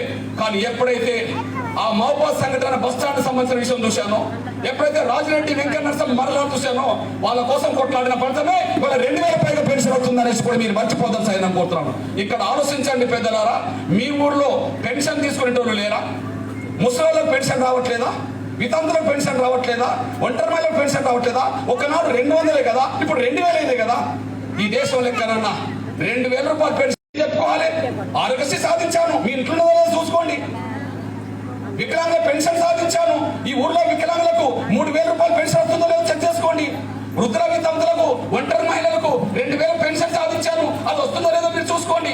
ఇదేం కాంగ్రెస్ వాళ్ళు వచ్చింది కాదు, ఇదేం టీఆర్ఎస్ వాళ్ళు వచ్చింది కాదు, ఇదేం బీజేపీ వాళ్ళు వచ్చింది కాదు. ఒక పేద బిడ్డగా కష్టాలు తెలిసినోండి కాబట్టి ఈ ఉద్యమాలు చేయడం వల్లనే వచ్చిందనేసి కూడా మీరు మర్చిపోతారు సహితం కోరుతున్నాను. అంతేకాదు 4వది మీ ఇంట్లో ఉంటుంది చూడండి. తెల్ల రేషన్ కార్డు ఉంటే నెలకు వచ్చే బియ్యం, రేషన్ బియ్యం తీసుకుంటున్నామా లేదా? తెల్ల రేషన్ కార్డు ఉంటే నెలకు వచ్చే రేషన్ బియ్యం తింటున్నామా లేదా? ఒకనాడు రేషన్ బియ్యం కథేంది, ఇప్పుడు కథేంది? ఒకనాడు రేషన్ బియ్యం కథేంది, ఇప్పుడు కథేంది? ఒకసారి సాక్ష్యం చెప్తున్నా చూడండి. ఎన్టీ రామారావు కాలంలో ఒక్కొక్కరికి 5 కిలోలు ఇచ్చేవారు. కానీ చంద్రబాబు వచ్చినాక దాన్ని 4 కిలోలు చేశాడు. చంద్రబాబు నాయుడు ముఖ్యమంత్రి 4 కిలోలు చేశాడు. ఎన్నేళ్ళు 4 కిలోలు ఇచ్చిండు? 9 ఏళ్ళు. అంటే ఎన్టీ రామారావు 5 కిలోలు ఇస్తే చంద్రబాబు నాయుడు 4 కిలోలు ఇచ్చిండు. 1 కిలో తగ్గింది కానీ పెరగలేదు కదా. 9 ఏళ్ళు. మరి కాంగ్రెస్ అధికారంకి వచ్చింది. జానారెడ్డి గారు అన్న మంత్రి, రాజశేఖర గారు గవర్నమెంట్ లో మంత్రి, రోసే గవర్నమెంట్ లో మంత్రి, కిరణ్ కుమార్ గవర్నమెంట్ లో మంత్రి. 10 ఏళ్ళు కదా. మరి వీళ్ళు ఎంత ఇచ్చిండ్రు? వీళ్ళు 4 కిలోలు ఇచ్చేశారు. వీళ్ళు ఎంత ఇచ్చారు? వీళ్ళు 4 కిలోలు ఇచ్చారు. అంటే తెలుగుదేశం ప్రభుత్వం 9 ఏళ్ళు 4 కిలోలు ఇచ్చింది, కాంగ్రెస్ వాళ్ళు 10 ఏళ్ళు 4 కిలోలు ఇచ్చేశారు. అట్లాంటి సమస్యను ఒకరోజు నేను వరంగల్ జిల్లా రాయపర్తి మండలం కొత్తూరు గ్రామంలో మధ్యాహ్నం భోజనం నేను చేస్తున్నప్పుడు కొంతమంది మహిళలు నా దగ్గరకు వచ్చి ఒక మాట అన్నారు. అన్నా, నువ్వు అన్నిటి కోసం కొట్లాడుతున్నావు కానీ తెల్ల రేషన్ కార్డు బియ్యం కొట్ట పెరిగేటట్టు చూడు. ఎందుకంటే నెలకు బియ్యం సరిపోకపోతే ఇక్కడ కిలోకి రూపాయి బియ్యమే ఇక్కడ దొరుకుతున్నాయి, కానీ అది బయట కొంటే మళ్ళీ 30-40 రూపాయలు పెట్టాల్సి వస్తుంది. అదేదో బయట కొనే బదులు ఇక్కడనే తెల్ల రేషన్ కార్డు బియ్యం కోట పెరిగితే ఇక్కడనే తీసుకుంటే ఆ డబ్బులు ఎంతో మనకు మిగులుతాయి కదా అని చెప్పి నాకు విజ్ఞప్తి చేస్తే అప్పుడు నేను ఆలోచించా. నిజమే, ఒక పేద కుటుంబం వచ్చినాను కనుక, ఆకలి బాధలు తెలిసినాను కనుక తెల్ల రేషన్ బియ్యం కూడా మొత్తం ఇక్కడనే దొరకాలని చెప్పి డిమాండ్ చేస్తూ తెల్ల రేషన్ కార్డు బియ్యం కోట పెరగాలని చెప్పి నేను ఒక్కరిని మాత్రమే ఆకలి కేకలనే పాదయాత్ర చేశాను. ఆ పాదయాత్ర చేసిన ఫలితమే 4 కిలోల బియ్యం 6 కిలోలకు వచ్చిందనేసి కూడా మీరు మర్చిపోదని సహనం కోరుతున్నాం. చూడదలుచుకుంటే చూడండి. జానారెడ్డి గారు 10 ఏళ్ళు మంత్రి, 4 కిలోలు ఎందుకు ఇచ్చారు? జానారెడ్డి గారు 10 ఏళ్ళు మంత్రి, 4 కిలోలు ఎందుకు ఇచ్చారు? చంద్రబాబు నాయుడు 4 కిలోలు ఇచ్చిండు కదా 9 ఏళ్ళు. కాంగ్రెస్ వాళ్ళు 4 కిలోలు ఇచ్చారు 10 ఏళ్ళు. మరి 5 కిలోలు కూడా కాలేదు కదా. మరి ఒక పేద బిడ్డగా నాకు ఆకలి బాధలు తెలిసినప్పుడు కాబట్టి పోరాటం చేసి యుద్ధం చేస్తే అదే 4 కిలోల బియ్యం ఇవాళ 6 కిలోలకు వచ్చిందంటే ప్రతి ఇంట్లో 5గురు ఉంటే 2 కిలోలు పెరిగినంటే 10 కిలోలు పెరిగినట్టే కదా. ఆ 10 కిలోలకు కొంటే బయట కొంటే 400 రూపాయలు ఖర్చు కదా. ఆ 400 రూపాయలు మన ఇంటికి మిగిలినట్టే కదా. మరి ఇట్లాంటి కష్టపడ్డది ఎవరంటే ఎవరు కష్టపడలేదు. ఒక పేద బిడ్డగా నేను చేసిన పోరాట ఫలితమే ఇవాళ తెల్ల రేషన్ కార్డు బియ్యం కొట్ట పెరగడానికి దారితీసింది అనేసి కూడా మర్చిపోవద్దు. ఇది కాదని ఎవరు నన్ను చెప్పానండి. ఇప్పుడు నేను చెప్తున్నా, కాంగ్రెస్ ఓట్ల కోసం వస్తారు కదా, టీఆర్ఎస్ ఓట్ల కోసం వస్తుంది కదా, బీజేపీ ఓట్ల కోసం వస్తుంది కదా. ఏం చేసి అడుగుతారో అడుగుమానండి ఓట్లను. చేసింది లేదు, చెప్పేది లేదు కనుక వాళ్ళ ఓట్ల కోసం డబ్బులు ఇచ్చి ఓట్లు అడుగుతారు అంతే. వాళ్ళు చేసింది లేదు, చెప్పేది లేదు కనుక ఆ ఎన్నికల సమయంలో డబ్బులు ఇచ్చి ఓట్లు అడుగుతారంటే. కానీ నేను చేసింది ఉన్నది, చేసేది కూడా ఉన్నది. నేను వాళ్ళలాగా మంత్రి కాలేదు కదా. బీజేపీ వాళ్ళకు కేంద్ర ప్రభుత్వం ఉన్నది, నాకు ఏ ప్రభుత్వం లేదు కదా. బీజేపీ వాళ్ళకు కేంద్ర ప్రభుత్వం ఉన్నది, నాకు ఏ ప్రభుత్వం లేదు కదా. టీఆర్ఎస్ ముఖ్యమంత్రి ఉన్నాడు, నేను లేను కదా. జానారెడ్డి గారు మంత్రి ఉన్నాడు, నేను లేను కదా. మరి ఇవన్నీ సాధించింది నేనే కదా. కాదని ఎవరైనా చెప్తారా? బీజేపీ వాళ్ళని చెప్పానండి, కృష్ణమాదిగా చెప్పింది కరెక్ట్ కాదని. టీఆర్ఎస్ వాళ్ళని చెప్పానండి, కాంగ్రెస్ వాళ్ళని చెప్పానండి. చెప్పేదమ్ము ఖండించేదమ్ము వాళ్ళకి లేదంటే చేసింది సత్యమైన విషయం కూడా మీరు మర్చిపోద్దని సైనం కోరుతున్నాను. ఇది సాధించి పెట్టాను. ఇట్లాంటి బస్సులో మీ పేద బిడ్డగా రెండో విషయానికి వస్తున్నాను నేను. ఇట్లాంటి బస్సులో మీ పేద బిడ్డగా రెండో విషయానికి వస్తాను. తెలంగాణ రాష్ట్రం ఏర్పడిన తర్వాత నేను ఎవరి పక్షాన్ని నిలబడాలి? నేను ఎస్సీల పక్షపాతిని, నేను ఎస్టీల పక్షపాతిని, నేను బీసీల పక్షపాతిని, నేను మైనారిటీల పక్షపాతిని, అగ్రకులాల్లో కూడా నేను పేదల పక్షపాతిని, పేదల పక్షపాతిని. నా కులం మతం కంటే నాకు మానవత్వం ముఖ్యం. ఎవరి కష్టాల్లో ఉన్నా, ఎవరి బాధల్లో ఉన్నా నా వంతు వాళ్ళ కండకు నిలబడమే నా లక్ష్యం అనేది కూడా మీరు మర్చిపోతాను సైనం కోరుతున్నాను. అందుకో సాక్ష్యం చెప్తున్నా మీరు చూడండి, మీరు చెరుకు సుధాకర్ గౌడ్ పేరున్నారు. మీరు చెరుకు సుధాకర్ గౌడ్ పేరున్నారు. తెలంగాణ ఉద్యమ కాలంలో కిరణ్ కుమార్ గారు ఆయన మీద పీడీ యాక్ట్ పెట్టి జైల్లో పెట్టేశాడు. ఇప్పుడు చెరుకు సుధాకర్ గౌడే కదా ఇప్పుడు ఎమ్మెల్సీ నిలబడ్డాడు. అదే చెరుకు సుధాకర్ గౌడ్ను జైల్లో పెడితే ఏ నాయకుడు పట్టించుకోకపోతే, కేసీఆర్ కూడా పట్టించుకోకపోతే, నేనే చెరుకు సుధాకర్ గౌడ్ విడుదల కోసం నేనే ఆమరణ చేసి ఆ చెరుకు సుధాకర్ గౌడ్ విడుదల చేయించాను. ఇప్పుడు ఆయనే పోటీలో ఉంటే కేసీఆర్ ఒక రెడ్డిని పెడితే ఈయన స్వతంత్రుడిగా పోటీ చేస్తే నేను మొన్న శాసన మండలి ఎన్నికల్లో నేనే ఆయనకు మద్దతు ఇచ్చాను. నేను ఎవరు మద్దతు ఇచ్చిందంటే ఒక బీసీ బిడ్డకు నేనే మద్దతు ఇచ్చా. అంటే చెరుకు సుధాకర్ గౌడ్ జైల్లో ఉంటే బయటకు తీసుకొచ్చింది నేనే. అదే సమయంలో ఆయన మీద కేసీఆర్ రెడ్డిని పెడితే ఒక బీసీ బిడ్డ కదా అని చెప్పి ఆయనకు మద్దతు ఇచ్చింది కూడా నేనని కూడా మీరు మర్చిపోతాను సహినం కోరుతున్నాను. ఇక్కడ యాదవ్ బిడ్డలు ఉంటే యాదవ్ బిడ్డల గురించి మాట్లాడుతున్నాను నేను. విమలక్క పేరు మీరు విన్నారు, విమలక్క పేరు మీరు విన్నారు. ఆమె కళాకారుని, గాయని, నాయకురాలు. కానీ కేసీఆర్ ఆమెనే జైల్లో పెట్టిండు. మరి కేసీఆర్ విమలక్కని జైల్లో పెడితే ప్రతిపక్ష నాయకుడే కదా జామిరెడ్డి గారు. మరి విమలక్క విడుదల కోసం ఒక మాట మాట్లాడాలి కదా, మాట్లాడండి. చెరుకు సుధాకర్ గౌడ్ను కిరణ్ కుమార్ గవర్నమెంట్ జైల్లో పెట్టినప్పుడు జామిరెడ్డి గారు మంత్రే, ఏం మాట్లాడలే, నేను విడుదల చేయించా. అదే సమయంలో కేసీఆర్ మొన్న విమలక్కని జైల్లో పెడితే ప్రతిపక్ష నాయకుడు జానారెడ్డి గారు అసెంబ్లీలో మాట్లాడలే. కానీ విమలక్క యాదవ్ బిడ్డ విడుదల కోసం నేనే జైలుకి వెళ్ళి, అక్క నీ తరపున ఎవరు మాట్లాడకపోయినా నేను బయటకు వెళ్ళి కొట్లాడతా, నేను విడుదల చేస్తానని చెప్పి జైల్లో ఆమెకు మాటిచ్చి ఆమెకు ధైర్యం చెప్పి బయటకు వచ్చి ఆమె కోసం ఉద్యమం చేసి జైల్లో ఉండబడి విమలక్కను విడుదల చేసింది నేను కూడా మీరు మర్చిపోతాను సైన్యం కోరుతున్నాను. నా యాదవ్ బిడ్డకు అన్యాయం జరిగితే నా యాదవ్ బిడ్డ పక్షాన్ని నిలబడి యుద్ధం చేసింది నేను కూడా మీరు మర్చిపోతాను సైన్యం కోరుతున్నాను. అట్లా నేను చెప్పదలుచుకున్నది ఏంటంటే, మీ అన్నగా మీ పేద బిడ్డగా నేను ఎవరికి అన్యాయం జరిగినా వాళ్ళ పక్షాన్ని నిలబడతాను. ఎగ్జాంపుల్ మీ దృష్టికి వస్తున్నాను నేను. ఇక్కడ మన వయసులు ఉన్నారనుకోండి, మీ అన్నగా ఒక విషయం చెప్తున్నా. ఒకరోజు మహబూబ్నగర్ జిల్లాలో వయసు బిడ్డ అత్యాచారం కూడా చంపబడ్డది. ఒకరోజు మహబూబ్నగర్ జిల్లా కుడికెళ్ళని గ్రామంలో వయసు బిడ్డ అత్యాచారం కూడా చంపబడ్డది. అమ్మాయి పేరు వర్షిని. అప్పుడు టిఆర్ఎస్ వాళ్ళు నిందితులను కాపాడే ప్రయత్నం చేస్తే నేను ఆ వయసు కుటుంబం దగ్గరికి వెళ్ళి టిఆర్ఎస్ నాయకులను ఎక్స్పోజ్ చేసి వీళ్ళని కనుక అరెస్ట్ చేయకపోతే మంత్రి జూపల్లి ఇంటినే ముట్టడిస్తా అని చెప్పి నేను ప్రకటన చేసిన తర్వాతనే వర్షిని నిందితులైన నలుగురిని అరెస్ట్ చేసి జైలు పంపిండనేసి కూడా మీరు మర్చిపోద్దు. అంటే నేను ఒక వయసు బిడ్డకు అన్యాయం జరిగినప్పుడు నేను వయసు బిడ్డల పక్షాన్ని నిలబడ్డా. మొన్న కంచేలే గారు వయసులను పట్టుకొని స్మగ్లర్స్ అన్నాడు. మొన్న కంచేలే గారు వయసులను పట్టుకొని స్మగ్లర్స్ అన్నాడు. కంచేలే గారు వయసులో కూడా పేదలు ఉన్నారు, వాళ్ళని స్మగ్లర్స్ అనడం తప్పు, నువ్వు వాళ్ళకి క్షమాపణ చెప్పాలని చెప్పి కంచేలే గారితో క్షమాపణ చెప్పించేంత వరకు వయసులో కండకు నిలబడ్డది నేనే తెలుసుకొని మీరు మర్చిపోతాను సహినం కోరుతున్నాను. ఎవరికి అన్యాయం జరిగినా వాళ్ళ పక్షాన్ని నిలబడతాం. మీ అన్నగా ఒక విషయం చెప్తున్నా చూడండి. మీ అన్నగా మీ అందరికీ హైదరాబాద్ లో ఒక అమ్మాయి అత్యాచారం కూడా చంపబడ్డది. ఎవరు? ప్రియాంక రెడ్డి. అందరికి తెలిసిన విషయమే కదా. ప్రియాంక రెడ్డి కుటుంబాన్ని నేను పరామర్శించాను. అందుకు సాక్ష్యం మీకు గుర్తు చేస్తున్నా చూడండి. కానీ ఇక్కడ జరిగిన ఘటన ఏందో అర్థం చేసుకోవాలి నా సోదరులారా. ప్రియాంక రెడ్డి నిందితులను కాల్చిపారేశాడు. గాంధీ చంపిన గాడ్సేన్ కాల్చిపారేయలే, ఇందిరాగాంధీని చంపిన సత్వంత్ సింగ్ ను బియాన్ సింగ్ ను కాల్చిపారేయలే, రాజీవ్ గాంధీని చంపిన నిందితులను కాల్చిపారేయలే. ఈ దేశంలో ఎస్సీ ఎస్టీ బీసీ మైనారిటీ వర్గాల మహిళలు చంపిన వాళ్ళని ఎవరు కాల్చిపారేయలే.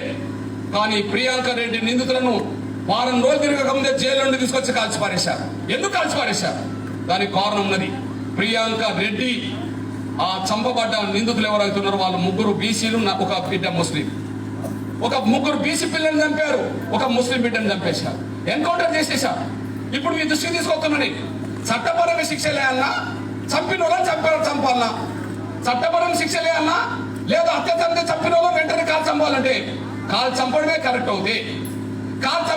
అవుతే మరి ప్రియాంక రెడ్డి నిందితులను 10 రోజులను ఎన్కౌంటర్ చేశారు కదా, ముగ్గురు బీసీ పిల్లలు ఒక ముస్లిం పిల్లలు చంపేశారు కదా, మరి ఆ చంపడమే కరెక్ట్ అవుతే నేను ఇంకో విషయం గుర్తు చేస్తున్నాను. నేను ప్రియాంక రెడ్డి కంటే 3 గంటల ముందు, ప్రియాంక రెడ్డి ఘటన కంటే 3 గంటల ముందు వరంగల్లో మానస యాదవ్ అనే బీసీ బిడ్డను చంపేశారు. నేను అక్కడికి కూడా వెళ్ళాను. మరి ఏ నాయకుడు అక్కడ రాలేదే? మరి ఇక్కడ ఎన్కౌంటర్ ఎందుకు జరగలేదు? వరంగల్ జిల్లాలో కాకుండా ప్రియాంక రెడ్డి కంటే 3 గంటల ముందు ఆసిఫాబాద్ జిల్లా అడవి ప్రాంతాల్లో టేపు లక్ష్మి ఒక బుడగ జంగాల బిడ్డను దారుణంగా అత్యాచారం చేసి చంపేశారు. మరి 3 రోజుల ముందే చంపేశారు కదా అమ్మాయిని. మరి ఇక్కడ ఎన్కౌంటర్ అక్కడ ఎందుకు ముందు జరగలేదు? అంటే ఆమె దళిత బిడ్డ కదా చంపబడని, ఇక్కడ బీసీ బిడ్డ కదా చంపబడని, ఇట్లా నేను చెప్పుకుంటూ పోతే లంబడోల బిడ్డలు అత్యాచారం కూడా చంపబడ్డారు. ఆడ ఎందుకు ఎన్కౌంటర్ జరగలే? యాదవ్ బిడ్డలు చంపబడ్డారు, మాల బిడ్డలు ముస్లిం బిడ్డలు చంపబడ్డారు. నేను అన్ని చోట్లకి వెళ్ళాను. చివరికి ఇంకో విషయం చెప్తున్నాను నేను. అదే రెడ్లు అత్యాచారం చేసి చంపితే వాళ్ళు ఎన్కౌంటర్ చేస్తారా? రెడ్లు అత్యాచారం చేసి చంపితే ఎన్కౌంటర్ చేస్తారా? చేయరు. సాక్ష్యం ఏంటి? ప్రియాంక రెడ్డి కంటే ముందు 3 నెలల ముందు, ప్రియాంక రెడ్డి కంటే 3 నెలల ముందు ఒక శ్రీనివాస్ రెడ్డి అనేవాడు హాజీపూర్ లో 3 బాలికల్ని, 9 సంవత్సరాల బాలిక, 11 సంవత్సరాల బాలిక, 12 సంవత్సరాల బాలికల్ని, ఒక ముదిరాజు బిడ్డని, 2 యాదవ్ బిడ్డల్ని దారి కాసి ఆ లిఫ్ట్ దాన్ని ఎక్కించుకొని వాళ్ళ పొలం దగ్గర తీసుకెళ్లి అత్యాచారం చేసి చంపేశాడు. ఒక్కరెంతమంది చంపాడు? 3 చంపి పాయల పడేశాడు. 1 రోజుల్లో 2 రోజుల్లో 3 నెలల తేడాలో 3 చంపేశాడు. అతనే కర్నూలు జిల్లాలో ఒక బీసీ మహిళని చంపిన కేసులు ఉన్నాడు. మరి ఒక్క శ్రీనివాస్ రెడ్డి ఎంతమంది చంపిండు? 4 చంపిండు. ఎప్పుడు? ప్రియాంక రెడ్డి కంటే ముందే 4 చంపేశాడు. నేను అంటున్నా, ఒక్క ప్రియాంక రెడ్డి కోసం 4 ఎన్కౌంటర్ చేయడం కరెక్ట్ అవుతే, మరొక శ్రీనివాస్ రెడ్డి 4 చంపినోడు కదా, మరి ఆయన ఎందుకు ఎన్కౌంటర్ చేయలే? ఒక ప్రియాంక రెడ్డి కోసం 4 చంపారు కదా, మరి ప్రియాంక రెడ్డి కోసం 4 చంపడం కరెక్ట్ అయినప్పుడు 3 నెలల ముందే శ్రీనివాస్ రెడ్డి 4 బీసీ అమ్మాయిలు చంపాడు కదా, మరి ఆయన ఎందుకు ఎన్కౌంటర్ చేయలే? ఆడ శ్రీనివాస్ రెడ్డి కదా ఎన్కౌంటర్ చేయలేదు. ఇట్లాంటి పరిస్థితుల్లో పేద బిడ్డగా నేను ఆలోచించిందంటే, అంటే మా వర్గాల బిడ్డలను అత్యాచారం చంపితే పట్టించుకోరా? మా ఎస్సీ, మా బీసీ, మా మైనార్టీ, చివరికి వైశ్య బిడ్డల్ని అత్యాచారం చేస్తే పట్టించుకోరా? మీ రెడ్డి బిడ్డలు చేస్తే మాత్రం మా వాళ్ళని చంపుతారా అని చెప్పి ఎదురు తిరిగి అన్ని జిల్లాలో మా వాళ్లకు న్యాయం జరగాలంటే ప్రత్యేకంగా పాస్తా కోట్లు ఏర్పడిందని చెప్పి నేను హాజీపూర్ వెళ్ళా. 3 బాలికలు తప్పుపడ్డా హాజీపూర్ నేను వెళ్ళా. ఏ నాయకుడు రాలేదు కదా. మరి అక్కడికి వెళ్ళి నేను హాజీపూర్కి వెళ్ళి ఉద్యమం చేసి అక్కడ నుండి ప్రత్యేక కోర్టులు ఏర్పాటు చేయాలి, విచారణకు పాస్తా కోర్టులు ఏమని చెప్పి నేను ఒక్కనే డిమాండ్ చేశా. ఆ డిమాండ్ ఫలితం వల్ల అన్ని జిల్లాలో ప్రత్యేక కోర్టులు ఏర్పడ్డాయి, పాస్తా కోర్టులు ఏర్పడ్డాయి. దీని ఫలితమే హాజీపూర్ లో మన బీసీ బిడ్డలు చంపిన వాళ్లకు, మన దళిత బిడ్డలు చంపిన వాళ్లకు ఉరి శిక్షలు పడ్డాయి అనేసి కూడా మీరు మర్చిపోతాను సైన్యం కోరుతుంది. ఉరి శిక్షలు పడ్డాయి. ఇప్పుడు నేను ఎవరిని? కులానికి మాదిగా, నా తల్లిదండ్రులు మాదిగా కాబట్టి నన్ను మాదిగా అంటారు. కానీ నేను చేసిన సేవలు, చేసిన పోరాటాలు ఒక మాదిగలకే వచ్చినాయా? నేను చేసిన సేవలు, నేను చేసిన పోరాటాలు మాదిగలకి వచ్చినాయా? జానారెడ్డి తల్లిదండ్రులు రెండోళ్ళు, ఆయన రెడ్డి అంటారు. కేసీఆర్ తల్లిదండ్రులు వెలుమోళ్ళు, ఆయన వెలుమంటారు. నా తల్లిదండ్రులు మాదిగలు, నన్ను మాదిగా అంటారు. కానీ నేను చేసిన సేవ ఒక మాదిగలకే కాదు, సమాజంలో ఉండబడే అన్ని వర్గాల పేదలకు ఇవాళ న్యాయం జరిగింది అనేసి కూడా మీరు మర్చిపోతాం సరే అనుకుంటున్నాను. అంతేకాదు సోదరులారా, తెలంగాణ రాష్ట్ర ఉద్యమంలో కేసీఆర్ కు నిమ్మరసం ఇచ్చి దీక్ష వినిపించింది నేనే. తెలంగాణ రాష్ట్ర సాధన ఉద్యమంలో కేసీఆర్ కు నిమ్మరసం ఇచ్చి దీక్ష వినిపించింది నేనే. తెలంగాణ ఉద్యమంలో నేను కీలకమైన పాత్ర పోషించా. అందుకు సాక్ష్యం ఆయన ఆమెను నిరసన చేస్తే ఆయన కంట ఉన్నది నేను. ఆయన నిమ్మరసం తీసుకొని ముందు దీక్ష వినిపిస్తే నిలబెట్టింది నేను. అదే సమయంలో హైదరాబాద్ లో నిమ్మరసం ఇచ్చి దీక్ష వినిపించింది నేను. కానీ తెలంగాణ వచ్చినాక ఎవరి పెత్తనం పెరిగింది? నాకు తెలిసి 2 కులాల ఆధిపత్యం పెరిగింది. మీరు అర్థం చేసుకుంటారని ఆశిస్తున్నా. తెలంగాణలో ఎస్సీ, బీసీ మైనార్టీల జనాభా ఎంత? 93%. ఎస్సీ, బీసీ మైనార్టీ వర్గాల జనాభా 93%. ఈ 93% ప్రజల్ని ఈ కేసీఆర్ ప్రభుత్వంలో అన్ని రంగాల్లో వెలమరేట్లు దోసుకుంటుండనేసి కూడా మీరు మర్చిపోతారు సైన్ అనుకుంటున్నాను. ఇది కాదని చెప్పడానికి వాళ్ళకి అవకాశం లేదు. నేను నిజం చెప్తున్నా, అర్థం చేసుకుంటాను ఆశిస్తున్నాను. ఏది ఎక్కడ చూసినా పెత్తనం వాళ్ళదే, ఎక్కడ చూసినా ఆధిపత్యం వాళ్ళదే. అందుకు సాక్ష్యమైన చెప్తున్నా చూడండి. కేసీఆర్ గారు తెలంగాణ ఏర్పడితే దళితుడే ముఖ్యమంత్రి మాట్లాడిండు. కేసీఆర్ గారు తెలంగాణ ఏర్పడితే దళితుడే ముఖ్యమంత్రి మాట్లాడిండు. కానీ తెలంగాణ వచ్చినాక దళితుడే ముఖ్యమంత్రి అనే మాట మార్చి ఆయనే ముఖ్యమంత్రి అయిన విషయం మీరు మర్చిపోదు. మరి ఈయన ముఖ్యమంత్రి అయిన రోజు ఏం జరిగింది? నేను ఈయనకు వ్యతిరేకంగా ధర్నా చేశా. కేసీఆర్ దళితులు మోసం చేసిందని చెప్పి నేను దీక్ష చేశా. ప్రతిపక్షాలు ఎవరికి అండగా ఉండాలి? జానారెడ్డి ఎవరికి అండగా ఉండాలి? ప్రతిపక్షాలు ఎవరికి అండగా ఉండాలి? నాకు అండగా నిలబడాలి. కానీ కేసీఆర్ కే పత్తాస్ పార్కి ఆయన అభినందించి వచ్చేశారు. అంటే అర్థమైంది, దళితులు మోసం చేసిన పర్లే, నువ్వు ముఖ్యమంత్రి కావడం మాకు అభ్యంతరం లేదని చెప్పి అభినందించి వచ్చినట్టయిందని కూడా మీరు మర్చిపోతారు సైన్ కోరుతాం. అంటే వాళ్ళు ఒకటే అనే విషయం తేలిపోయింది. కేసీఆర్ ఏమో దళితులు మోసం చేస్తాడు, జానారెడ్డి ఏమో ఆయన సమర్థిస్తాడు అన్నాడు. అంటే దళితులు మోసం చేసిన పర్లేదని చెప్పి వాళ్ళు వెలమరెట్లు ఏకమైంది అనడానికి మొదటి రోజు నాకు సాక్ష్యం తెలిపింది. ఇప్పుడు మీ అన్నగా చెప్తున్నాను, కేసీఆర్ మంత్రివర్గంలో ఎవరు మంత్రులు ఉన్నారు? కేసీఆర్ మంత్రివర్గంలో ఎవరెవరు మంత్రులు ఉన్నారు? తెలంగాణ జనాభాలో మాదిగల జనాభా 11%. కానీ 11 మంది ఎమ్మెల్యేలు మాదిగలు ఉంటారు, కానీ ఒక్క మంత్రి ఉన్నాడు మాదిగలు. 11% జనాభా ఉంటారు, 11 మంది మాదిగ ఎమ్మెల్యేలు ఉంటారు. కేసీఆర్ మంత్రివర్గంలో ఒక మాదిగ మంత్రి ఉన్నారు. మరి వెలమరెడ్లు ఎంత మంది ఉన్నారు? 10 మంది ఉన్నారు. మరి ఒక మాదిగలకు మంత్రి ఒక స్థానం లేదు కదా. కదా, మా కుమ్మరోళ్ళకు లేదు కదా, మా కమ్మరోళ్ళకు లేదు కదా, మా కంసాలు లేదు కదా, మా వడ్రోళ్ళకు లేదు కదా, మా మంగళోళ్ళకు లేదు కదా, ఎవరికి లేదు కదా. మరి వెలమరెట్లకు 10 ఎందుకు? వెలమరెట్లకు 10 ఎందుకు? వెలమల జనాభా ఎంత? 1% లేదు. వాళ్ళు 4 ఉంటారు. కేసీఆర్ వెలమ, కేటీఆర్ వెలమ, హరీష్ రావు వెలమ, ఎర్రబల్లి దయాకర్ వెలమ. వాళ్ళు 1%. వాళ్ళు 4 ఉంటారు. రెడ్లు 6 ఉంటారు. సూర్యాపేట నుంచి జగదీష్ రెడ్డి ఉంటారు. మహబూబ్నగర్ జిల్లా వనపర్తి నుంచి నిరంజన్ రెడ్డి ఉంటారు. రంగారెడ్డి జిల్లా నుంచి సబితేంద్ర రెడ్డి ఉంటారు. రంగారెడ్డి జిల్లా నుంచి మల్లారెడ్డి ఉంటారు. నిజామాబాద్ జిల్లా నుంచి ప్రశాంత్ రెడ్డి ఉంటారు. ఆదిలాబాద్ జిల్లా నిర్మల్ నుంచి ఇంద్రకరణ్ రెడ్డి ఉంటారు. అంటే 4 వాళ్ళు ఉంటారు, రెడ్లు 6 ఉంటారు. నేను అంటున్నా, మరి మాదిగలు ఎందుకు లేరు? మిగతా వాళ్ళు ఒక్కొక్కరే ఎందుకు ఉంటారు? యాదవులు ఒక్కరే ఎందుకు ఉండాలి? శ్రీనివాస్ యాదవ్. గౌండోలు ఒక్కటే ఎందుకు ఉండాలి? మరి మన శ్రీనివాస్ గౌడ్. ముదిరాజులు ఒక్కరే ఎందుకు ఉండాలి? ఈట మహేందర్. మున్నూరు కాపులు ఒక్కరే ఉండాలి? కమలాకర్. మాలలు ఎందుకు ఒక్కరే ఉండాలి? లేదా ముస్లింలు ఒక్కరే ఉండాలి? లంబడోలు ఒక్కటే ఎందుకు ఉండాలి? మరి మీరు 4 ఎందుకు? మీరు 6 ఎందుకు తీసుకున్నారు? పెత్తనం దోసుకునే కాడ పెత్తనానికి సాక్ష్యం ఆధిపత్యం మనకు పెంచుకుంటున్న విషయం మీరు మర్చిపోరు. 3వ విషయం మీ దృష్టి తీసుకొస్తున్నా నేను. ఎస్సీల జనాభా ఎంత? 18%. రిజర్వేషన్ ఎంత ఉన్నాయి? 15. ఇంకా రావాల్సింది ఎంత? 3. ఎస్టీల జనాభా ఎంత? 10. వాళ్ళకి అందుతున్నది ఎంత? రిజర్వేషన్లు 6. ఇంకా రావాల్సింది ఎంత? 4. బీసీల జనాభా ఎంత? 51. రిజర్వేషన్లు ఎంత ఉన్నాయి? 27. ఇంకా రావాల్సింది ఎంత? 24. ముస్లింల జనాభా ఎంత? 14. అందుతున్న రిజర్వేషన్ ఎంత? 4. ఇంకా రావాల్సింది ఎంత? ఇంకా 10. ఎస్సీలది రాలే జనాభా పరంగా, ఎస్సీలది రాలే, బీసీలది రాలే, మైనార్టీలు రాలే. మరి అగ్రకులాలు తెలంగాణ ఎంతున్నారు? 7% ఉన్నారు. 93% ఎస్సీ ఎస్టీ బీసీ బట్టలు అవుతే 7% అగ్రకులాలు ఉంటే అగ్రకులాల పేదలకు ఇచ్చే రిజర్వేషన్ 10% ఇస్తున్నారు. జనాభా 7% అయినప్పుడు 10% రిజర్వేషన్ ఎత్తుతారు. మరి జనాభా 7% అయినప్పుడు 10% రిజర్వేషన్ ఎత్తుతారు. మరి ఇచ్చినప్పుడు జానారెడ్డి ఎందుకు మౌనం ఉన్నాడు? అంటే మన అవకాశాలను దోచుకోవడానికి కాదా? మరి ఇక్కడ జానారెడ్డి కేసీఆర్ ఒకటిగా లేరా అనే విషయం మీరు ఆలోచించాల్సిందిగా నేను సవినంగా విజ్ఞప్తిస్తున్నాను. మన జనాభాకు తగ్గట్టుగా రిజర్వేషన్ లేవు, వాళ్ళ జనాభాకు మించి రిజర్వేషన్ ఇచ్చారు. ఇది తప్పు కాదా? ఈ తప్పని జానారెడ్డి అనాల్సిన బాధ్యత లేదా? అనడు. ఎందుకంటే దోచుకునేది వాళ్ళు ఒకటే కాబట్టి రిజర్వేషన్ పెంచుకున్నా ఎవరు అభ్యంతరం చెప్పలేదు కూడా మీరు మర్చిపోదాల్సి నేను కోరుతున్నాను. అదే సమయంలో మీకు విజ్ఞప్తి చేస్తున్నాను. వాళ్ళు ఎట్లా దోచుకుంటారో చూడండి. వాళ్ళు చదువులు దోచుకోబోతుండ్రు. అందుకు సాక్ష్యం చెప్తున్నారు, మీరు గమనించండి. కేజీ నుంచి పీజీ వరకు కేసీఆర్ ఉచిత విద్య అన్నాడు. కేజీ నుంచి పీజీ వరకు కేసీఆర్ ఉచిత విద్య అన్నాడు. కానీ కేజీ నుంచి పీజీ వరకు ఉచిత విద్య లేదు. కానీ 5 యూనివర్సిటీలు ప్రైవేట్ పరం చేసి ఆ ప్రైవేట్ యూనివర్సిటీలను రెడ్లకు అప్పచెప్పిండు కేసీఆర్. ఆ ప్రైవేట్ యూనివర్సిటీలను రెడ్లకు అప్పచెప్పిండు కేసీఆర్. ఇప్పుడు మొన్న పోటీ చేసిన పల్లా రాజశేఖర రెడ్డి కూడా ఒకటి తీసుకున్నాడు అన్న. మరి అన్న రిజర్వేషన్ ఉండడం చట్టం తీసుకొచ్చిండు కదా. అన్న రిజర్వేషన్ ఉండడం చట్టం తీసుకొచ్చారు కదా. యూనివర్సిటీలు ఎవరి చేతిలో పెట్టిండు? రెడ్ల చేతిలో పెట్టిండు. అన్న ఎస్సీలకు బీసీలకు మైనార్టీలకు రిజర్వేషన్ ఉండడం చట్టం తీసుకొచ్చిండు. మరి దీన్ని కాంగ్రెస్ వ్యతిరేకించలేదు కదా. అంటే రిజర్వేషన్ అగ్రకులాలకు అవుతే మాకు అభ్యంతరం లేదని చెప్పి ఒప్పుకున్నట్టే కదా. అంటే యూనివర్సిటీలు వాళ్ళ చేతికి వెళ్తున్నాయి అన్న, మనకు స్థానం లేదంట. ఆధిపత్యం మంత్రివర్గంలో వాళ్ళదే, మనకు చోటు ఉండదంట. ఓకే, రిజర్వేషన్ వాళ్ళు పెంచుకుంటారు, మనకి పెంచారంట. ఇదంతా దోసుకోవడం కాదా? ఇదంతా మనకు అన్యాయం జరుగుతలేదా? ఇవాళ రైతు బంధు పథకం పేరుతో ఏం డ్రామాడుతున్నారు? 1 ఎకరం రైతుకు రైతు బంధువు, 2 ఎకరాల రైతుకు, 3 ఎకరాల రైతుకు, 4 ఎకరాల రైతుకు, 5 ఎకరాల రైతుకు. కానీ 100 ఎకరాల భూస్వాములకు ఎందుకు? 200 ఎకరాల భూస్వాములకు ఎందుకు? 500 ఎకరాల భూస్వాములకు ఎందుకు? 1000 ఎకరాల భూస్వాములకు ఎందుకు? అంటే ప్రజలకు అందాల్సిన డబ్బు, పేదలకు అందాల్సిన సంక్షేమ పథకాల డబ్బు భూస్వాములకు దోషి పెడుతున్నాడు కదా. మరి భూస్వాములకు కేసీఆర్ దోషి పెడుతుంటే మరి జానారెడ్డి ఎందుకు మాట్లాడుతున్నాడు? అంటే వాళ్ళు ఒకటే కదా, వాళ్ళు ఒకటే కదా. ఇప్పుడు నేను 5 చెప్పాను. ఈ 5లో వాళ్ళకి ఇద్దరి మధ్యలో తేడా ఉన్నది, బీజేపీ తేడా ఉన్నది.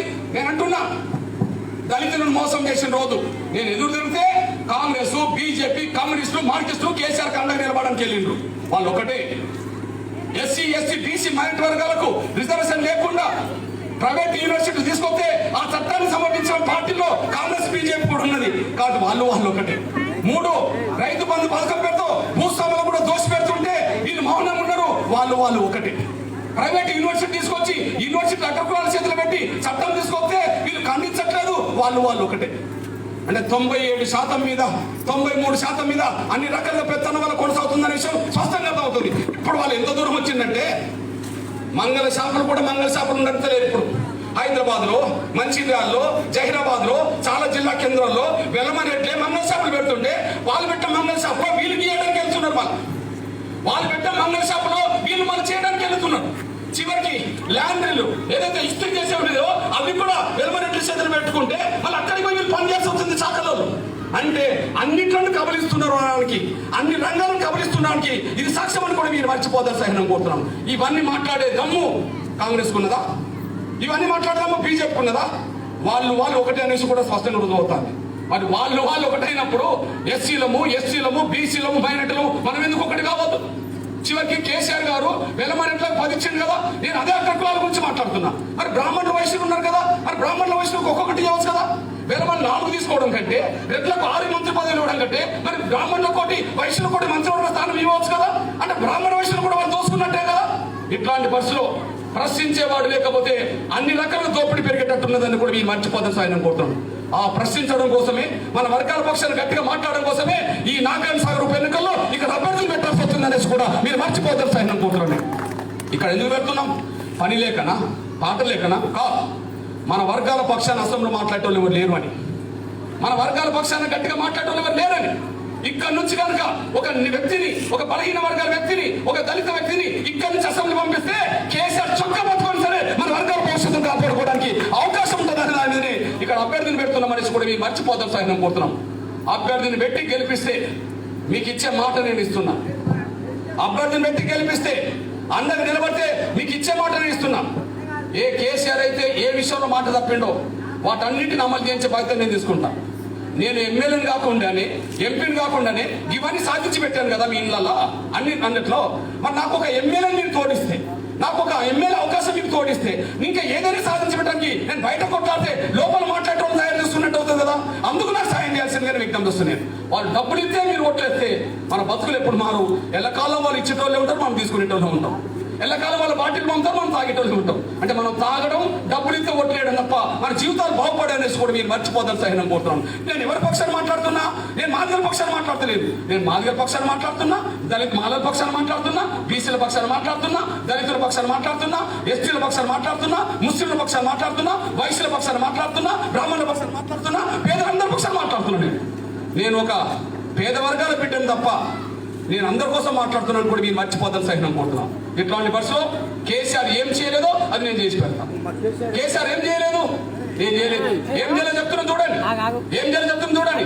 కేసీఆర్ 3 ఎకరాల భూ పంపిణీ చేస్తా ఉన్నాడు. ఏడ చేసేది ఎస్సీలకు ఇంకా పేద వర్గాలకు 3 ఎకరాల భూ పంపిణీ చేస్తా ఉన్నాడు. ఆయన చేస్తామని 7 ఎన్నికలు చేయలేదు. కానీ ఒక్క అవకాశం ఇక్కడ నిలబెట్టిన అభ్యర్థికి మీరు సహకారం చేయండి, మీరు అండగా నిలబడండి. ఖచ్చితంగా ప్రతి పేద కుటుంబానికి దగ్గర భూమి ఉండాలి, లేదా డబ్బు ఉండాలి. అంతే. కూలోళ్ళు అనే మాట వినొద్దు, పేదోళ్ళు అనే మాట వినొద్దు. కూలోళ్ళు అనే మాట ఎప్పుడు వింటారు? మనకు భూమి లేకపోతే కూలోళ్ళు అంటారు. డబ్బు ఉంటే మనకు పేదోళ్ళు అన్నారు కదా, డబ్బు ఉంటే పేదోళ్ళు అన్నారు కదా. ఇది నా బాధ్యత. యానుండి తెస్తావు డబ్బు అంటారు. కేసీఆర్ ఒక కాళేశ్వరం ప్రాజెక్టు కట్టాలంటే 1,15,000 కోట్లు ఖర్చు పెట్టిండు. యానుండి తెచ్చి కేసీఆర్ ఒక కాళేశ్వరం ప్రాజెక్టు కట్టడం కోసం 1,15,000 కోట్లు ఖర్చు పెట్టిండు. యానుండి తెచ్చిండు. బడ్జెట్ ఉండే కదా. నేను అంటున్నా, ఒక కాళేశ్వరం ప్రాజెక్టు కోసం 1,00,000 కోట్ల పైగా ఖర్చు పెడితే ఆడ భూమి లేని వాళ్ళకి ఏమైనా నీళ్ళు వస్తాయా? ఇక్కడికి ఏమైనా నీళ్ళు వస్తాయా? ఇక్కడికి నీళ్లు రావు, అక్కడ భూమి లేని వాళ్ళకు నీళ్లు రావు. మరి అక్కడ భూములు ఉన్న వాళ్ళ కోసమే 1,00,000 కోట్లు ఖర్చు పెడితే భూమి లేని వాళ్ళకు భూమి కొనుగోలు చేయడానికి అవసరమంటే డిపాజిట్ ఒక్కొక్కరి పేరుతో 30 లక్షలు ఇవ్వడానికి నేను 1,00,000 కోట్లు ఖర్చు పెడితే తప్పెట్లు అవుతుంది. భూమి లేని వాళ్ళ కోసం 1,00,000 కోట్లు ఖర్చు పెడితే తప్పెట్లు అవుతుంది. ఆయన భూస్వామి కాబట్టి భూస్వాముల కోసం చూస్తున్నాడు. నేను పేదోని కాబట్టి నేను పేదల గురించి చూస్తాను. ఆయన బడ్జెట్ భూస్వాములకు ఉపయోగపడుతుంది, నా బడ్జెట్ పేదలకు ఉపయోగపడుతుంది. రెండో విషయం మీరు గమనించండి. కేసీఆర్ గారు ముసలికి ఇచ్చే పెన్షన్ ఎంత ఇస్తున్నాడు? ఒక్కరికి ఇస్తున్నాడు. ముసలి ఇంట్లో ఇద్దరు ఉంటే ఒక్కరికి ఇస్తున్నాడు. ఒక్కరికి ఎందుకు ఇస్తున్నాడు అంటే, ఏ బాబు ముసలికి ఇద్దరికి ఎందుకు ఇవ్వట్లంటే ఏమంటున్నాడు? 2,000 4,000 ఇవ్వాలని అంటున్నాడు. ఇంట్లో ఇద్దరు ఉంటే ఇద్దరు ముసలికి ఇవ్వాలంటే 4,000 అవుతుంది కదా. 4,000 భారం అని ఒక్కరికి ఇస్తున్నాడు కదా. నేను అంటున్నా, ఇంట్లో ఇద్దరుంటే 4,000 భారం అవుతే మరి మీ ఇంట్లో 5గురు నెలకు 2 లక్షలు 10 లక్షలు ఎట్లా తీసుకుంటాను? అది నెల జీతమే కదా. ఇది నెల పెన్షన్, మీరు నెల జీతం తీసుకుంటాను. కేసీఆర్ ముఖ్యమంత్రి హోదాలో 2 లక్షల పైగా నెల జీతం తీసుకోవట్లేదా? ఆయన కొడుకు కేటీఆర్ గారు మంత్రి హోదాలో 2 లక్షల పైగా నెల జీతం తీసుకోవట్లేదా? వాళ్ళ అల్లుడు హరీష్ రావు గారు 2 లక్షల పైగా నెల జీతం తీసుకోవట్లేదా? కవిత కేసీఆర్ కూతురు కవిత ఎమ్మెల్సీ పేరుతో 2 లక్షల పైగా తీసుకోవట్లేదా? కేసీఆర్ మరదల కొడుకు సంతోష్ రాజ్యసభ పేరుతో 2 లక్షల పైగా తీసుకోవట్లేదా? ఇది ప్రజాధనం కాదా? అదే పేదలకు అందించే పథకము ఇద్దరు ముసలి ఉంటే 4,000 కూడా భారం అవుతే ఆ భారమైంది నీకు అనిపించింది. కానీ మరి మీరు ఇంట్లో 10 లక్షలు తీసుకుంటున్నది అది భారం కాకుండా పోతుంది అనే ప్రశ్నకు అడుగుతాడా? అయ్యా మీ ఇంట్లో 5-10 లక్షలు తీసుకుంటుండు కదా, అది భారం కానప్పుడు ఇంట్లో 2 ముసలోళ్ళు ఉంటే వాళ్ళకి 2,000 ఎట్లా భారం అని చెప్పి జానంటి గారు ప్రశ్నిస్తాడా? ప్రశ్నించలేడు కదా, ఎందుకంటే పేదల మనిషి కాదు కదా. మనం పేదల మనుషులు కాబట్టి మనం ఆలోచిస్తున్నామని కూడా మీరు మర్చిపోదు. అందుకనే మీ అన్నగా మీ పేద బిడ్డకు చెప్తున్నా, నేను ఈ రాష్ట్రంలో ఉండబడే వృద్ధులన్న పడుతున్న వాళ్ళకు, ఈ రాష్ట్రంలో ఉండబడే వితంతులను పడుతున్న వాళ్ళకు, ఈ రాష్ట్రంలో ఉండబడే వికలాంగులను పడుతున్న వాళ్ళకు, ఈ రాష్ట్రంలో ఉండబడే ఒంటరి మహిళలను పడుతున్న వాళ్ళకు, ఇంట్లో ఎంతమంది ఉన్నా అంతమందికి ప్రతి ఒక్కరికి నెలకు 6,000 రూపాయలు చొప్పున పెన్షన్ ఇచ్చే బాధ్యత నేను తీసుకుంటాను కూడా మీరు మర్చిపోతాను సార్ అనుకుంటున్నాం. నెలకు 6,000 చొప్పున పెన్షన్ ఇచ్చే బాధ్యత నేను తీసుకుంటా. వాళ్ళు 10 లక్షలు తీసుకుంటే తప్పలేదు, కానీ ఇంట్లో 6,000 రూపాయలు పెన్షన్ ఇస్తే తప్పెట్లవుతాను. అది బాధ్యత నాది. ఎందుకంటే నేను పేద కుటుంబం నుండి వచ్చినాను కాబట్టి, పేదల కష్టాలు బాధలు తెలుసున్నాను కాబట్టి ఇవన్నీ నేను చెప్పాల్సి వస్తుందని కూడా మీరు మర్చిపోతాను సార్ అనుకుంటున్నాను. కేసీఆర్ చెప్పింది చేయడు, నేను చెప్పింది చేస్తా. కేసీఆర్ చెప్పింది చేయడు, నేను చెప్పింది చేస్తా. చేసిందే ఉన్నది, చేసేది కూడా ఉన్నదని చెప్పి నేను భావించుకుంటున్నా. అదే సమయంలో మూడో విషయం చెప్తున్నా చూడండి. కేసీఆర్ డబుల్ బెడ్రూమ్ కట్టిస్తా ఉన్నాడు, నన్ను కట్టించిండా? కానీ కేసీఆర్ ముఖ్యమంత్రి అయినాక డబల్ ఇల్లు కట్టుకున్నాడు. ఆయన కేసీఆర్ డబుల్ బెడ్రూమ్ కట్టియలే, ఆయన డబుల్ ఇల్లు కట్టుకున్నాడు. ఆయన ముఖ్యమంత్రి కాకముందు హైదరాబాద్ లో ప్రగతి భవన్ లేదు, ఇప్పుడు ఆయన ప్రగతి భవన్ కట్టుకున్నాడు. ఆయన ముఖ్యమంత్రి కాకముందు ఎర్రబల్లిలో ఫామ్ హౌస్ లేదు, ఇప్పుడు ఫామ్ హౌస్ కట్టుకున్నాడు. అంటే ఫామ్ హౌస్ కట్టుకున్నాడు, ప్రగతి భవన్ కట్టుకున్నాడు. ఆయన 2 ఇళ్ళు కట్టుకున్నాడు, కానీ డబుల్ ఇల్లు మాత్రం ఇక్కడ లేవు. నేను పేద బిడ్డగా చెప్తున్నా, నేను ఖచ్చితంగా నేను చెప్పాల్సింది అంటే ప్రతి నిరుపేద కుటుంబానికి, ఇల్లు లేని ప్రతి నిరుపేద కుటుంబానికి, ఒక ఇంట్లో 2-3 ఉన్న ప్రతి కుటుంబానికి కూడా ఒక్కొక్కరి 10 లక్షలు చొప్పున డబుల్ బెడ్రూమ్ కోసం శాంక్షన్ చేయించే బాధ్యత నాది. ఇల్లు మీరు కట్టుకోవచ్చు, వాళ్ళే కట్టేయాలనే ఉన్నది. 10 లక్షలు శాంక్షన్ చేస్తే ఆటోమేటిక్ కట్టుకుంటారు కదా, వాళ్ళు ఇష్టానుసారంగా కట్టుకుంటారు కదా. ఇంకో రూపాయి వేసుకుంటారో రూపాయి మిగిల్చుకుంటారో వాళ్ళంతా కట్టుకుంటారు కదా. ఆ విధంగా ప్రతి పేద కుటుంబానికి, గృహం లేని ప్రతి పేద కుటుంబానికి, గృహానికి ఇంటికొకరికి 10 లక్షల చొప్పున శాంక్షన్ చేయించే బాధ్యత నేను తీసుకుంటాను కూడా మీరు మర్చిపోతాను సహినం కోరుతున్నాను. అదే సమయంలో ఇంకా విజ్ఞప్తి చేస్తున్నాను, నేను ఏ తెల్ల రేషన్ కార్డు మీద బియ్యం 6 కిలోలు ఇస్తున్నారు. ఇప్పుడు నేను కొట్లాడకపోతే 4 కిలోలు, కొట్లాడితే 6 కిలోలు అయింది కదా. ఇప్పుడు నాకు అండగా ఒక అభ్యర్థి నిలబెడితే మీరు అండగా నిలబడి ఓటేసి గెలిపించండి. ఖచ్చితంగా ఒక్కొక్కరికి 4 కిలోల బియ్యం, ప్రతి కుటుంబంలో ప్రతి ఒక్కరికి 12 కిలోలు సన్న బియ్యం ఇప్పించబోతే నేను తీసుకుంటాను కూడా మీరు మర్చిపోతారు సహినం కోరుతున్నాం. దొరలోమో సన్న బియ్యం తినాలి, పేదలో దొడ్డు బియ్యం తినాలనే సూత్రాన్ని పక్కకు పెట్టి ఎవరైనా ఒకే రకం బియ్యం తినే విధంగా, మీరైనా మేమైనా ఎవరైనా సరే ఒకే రకం బియ్యం తీసుకునే విధంగానే, భోజనం చేసే విధంగానే ఖచ్చితంగా ప్రతి పేద కుటుంబానికి ఒక్కొక్కరి 12 కిలోల బియ్యాన్ని, అదే సమయంలో సన్న బియ్యాన్ని ఇప్పించేవైతే నేను తీసుకుంటాను కూడా మీరు మర్చిపోతాను సైన్యం కోరుతున్నాను. ఇవన్నీ ఎందుకు చెప్తున్నా అంటే, నేను మళ్ళీ చెప్తున్నా, జానారెడ్డి గారి లాగా బంగ్లాలో పుట్టలే, కేసీఆర్ లాగా నేను గడిలో పుట్టలే, నేను వరంగల్లో ఒక పూరి గుడిసెలో పుట్టాను. వాళ్ళకు కష్టాల బాధలు తెలుసు, నాకు కష్టాల బాధలు తెలుసు కాబట్టి నా పేదలందరి కోసం నా వంతు పాత్ర పోషిస్తూ ఇవాళ మీ దగ్గరకు వచ్చిన కూడా మీరు మర్చిపోతాను సైన్యం కోరుతున్నాను. ఇప్పుడు చెప్పండి, జానారెడ్డి గారు మీకు ఏదైనా సహాయం చేసింది అనుకుంటే ఆయనకే మీరు ఎక్కువ సహాయం చేశారు. ఎందుకంటే ఒక టీచర్గా ఉన్న అతన్ని తీసుకెళ్లి మంత్రి దాకా 7 సార్లు గెలిపించిన వాళ్ళు, 3 సార్లు మీరు ఓట్లేసిండ్రు, ఓడిపోయినా కూడా మీరు ఓట్లేసిండ్రు. 10 సార్లు నిలబడ్డ వ్యక్తి 11వ సారి కనుక ఆయన నిలబడితే ఇక కాంగ్రెస్ లో కొత్త తరం ఎక్కడ ఎదుగుతుంది? కాంగ్రెస్ లో కొత్త తరం ఎక్కడ ఎదుగుతుందో చెప్పండి మీరు. ఎంతకాలం వాళ్ళు కొట్టేసుకుంటే వాళ్ళు ఒక్కడికే 10 సార్లు ఓట్లేయడం అంటే, ఒక్కడే 10 సార్లు నిలబడడం అంటే, అక్కడ ఎస్సీలు, బీసీలు, మైనార్టీలు కాంగ్రెస్ నమ్ముకున్న వాళ్ళు ఎక్కడన్నా ఇక్కడ ఎమ్మెల్యే కావడానికి అవకాశం ఉన్నదా? అవకాశం లేదు కదా. మరి ఎంతకాలం వాళ్ళు గెలిపించుకోవాలి? అంటే మీరు ఇచ్చింది ఆయనకి ఎక్కువ, కానీ ఆయన ఇచ్చింది మీకు తక్కువ అనేసి కూడా మీరు మర్చిపోదని సైన్ కోరుతున్నాను. కేసీఆర్ మన ముఖ్యమంత్రి చేశాం, కానీ ఆయన ద్వారా మోసపోయిన మనిషి కూడా మీరు మర్చిపోతారు సైన్ కోరుతున్నాను. ఇక బీజేపీ గురించి నేను మాట్లాడాల్సుకుంటే, ఓ బీజేపీ పెద్దలారా, మాకిచ్చిన ఒక మాట మీరు నిలబెట్టలేకపోయారు. ఓ బీజేపీ పెద్దలారా, మాకిచ్చిన ఒక మాట కూడా మీరు నిలబెట్టలేకపోయారు. ఏ మాట ఇచ్చారు? నేను ఎస్సీ వర్గీకరణ ఉద్యమాన్ని మొదలు పెడితే ఎస్సీ వర్గీకరణను 100 రోజుల వర్గీకరణ చేస్తామన్న వాళ్ళు, ఎస్సీ వర్గీకరణ విషయంలో 100 రోజుల వర్గీకరణ చేస్తాను. కేంద్ర ప్రభుత్వం అధికారం వస్తే 100 రోజుల వర్గీకరణ చేస్తామన్న వాళ్ళు.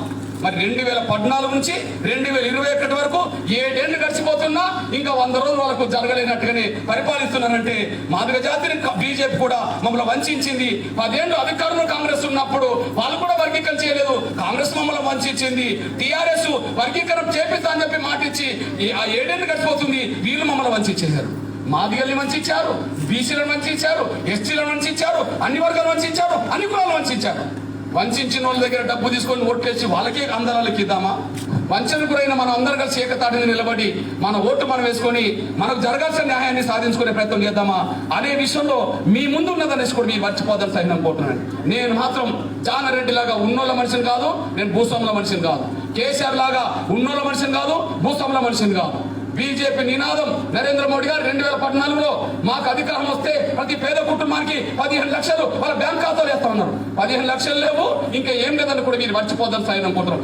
అందరు మనల్ని వంచిన వాళ్ళే తప్ప మన కోసం పాటుపడ్డోళ్ళు ఎవరు లేరనేసి కూడా మీరు మర్చిపోద్దని సాయం కోరుకుంటూ, నేను మాత్రం నా వంతుగా 27 సంవత్సరాల ఉద్యమంలో నా ఒంటి మీద కండువ ఎప్పుడు మారలే. నన్ను ఎప్పుడు మీరు టీవీలో చూసినా, నన్ను ఎప్పుడు మీరు పేపర్లో చూసినా, నా ఒంటి మీద నల్ల కండువ ఎప్పుడు మారలే. జానారెడ్డి గారు ఒంటి మీద 3 కండువలు మారాయి.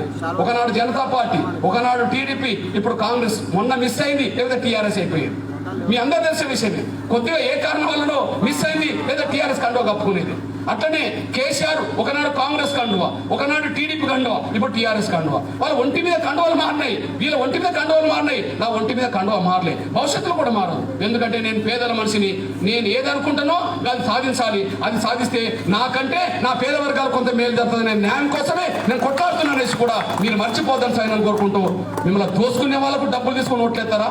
మీకు సేవ చేసి ఒక పేద బిడ్డకు మీరు అండగా నిలబడతారా? అది మీ చేతిలో ఉన్నది. నేను పేద మనిషిని, మీరే నాకు ప్రచారం కోసం ₹1 ఇవ్వండి. వాళ్ళు డబ్బులు ఇస్తారు, నేను మీ దగ్గర డబ్బు అడుగుతున్నాను. ఒక ఓటు వేయండి, నేను తిరగడానికి డీజిల్ ఖర్చు ₹1 ఇవ్వండి. మీ దగ్గర రూపాయి భారమా? మీ దగ్గర 20 లక్షల కార్డు విలువ తెచ్చిన ఆరోగ్యశ్రీ కార్డు ఉన్నది, మీరు ఒక ₹20 నాకు ఇవ్వచ్చు. మీ దగ్గర ₹3,000 పెన్షన్ తీసుకునే నా వికలాంగులు ఉన్నారు, నాకు ఒక ₹3 ఇవ్వచ్చు. ₹2,000 తీసుకునే నా వితంతులు వృద్ధులు వితంతులు మహిళలు ఉన్నారు, నాకు ఒక ₹200 ఇవ్వచ్చు. అంటే నేను తిరుగుతున్నాను కాబట్టి, నేను డబ్బు లేను కాబట్టి నాకు డీజిల్ ఖర్చు, తిండి ఖర్చు మీరు ఇస్తే తిరగడానికి ఉపయోగపడుతుంది, ప్రచారం చేయడానికి ఉపయోగపడుతుంది, మీ సహకారంతో ఇక్కడ అభ్యర్థి గెలవడానికి ఉపయోగపడుతుంది. అది గెలిస్తే నేను బాగుపడడం కంటే మీరే బాగుపడతారని కూడా మీరు మర్చిపోదు.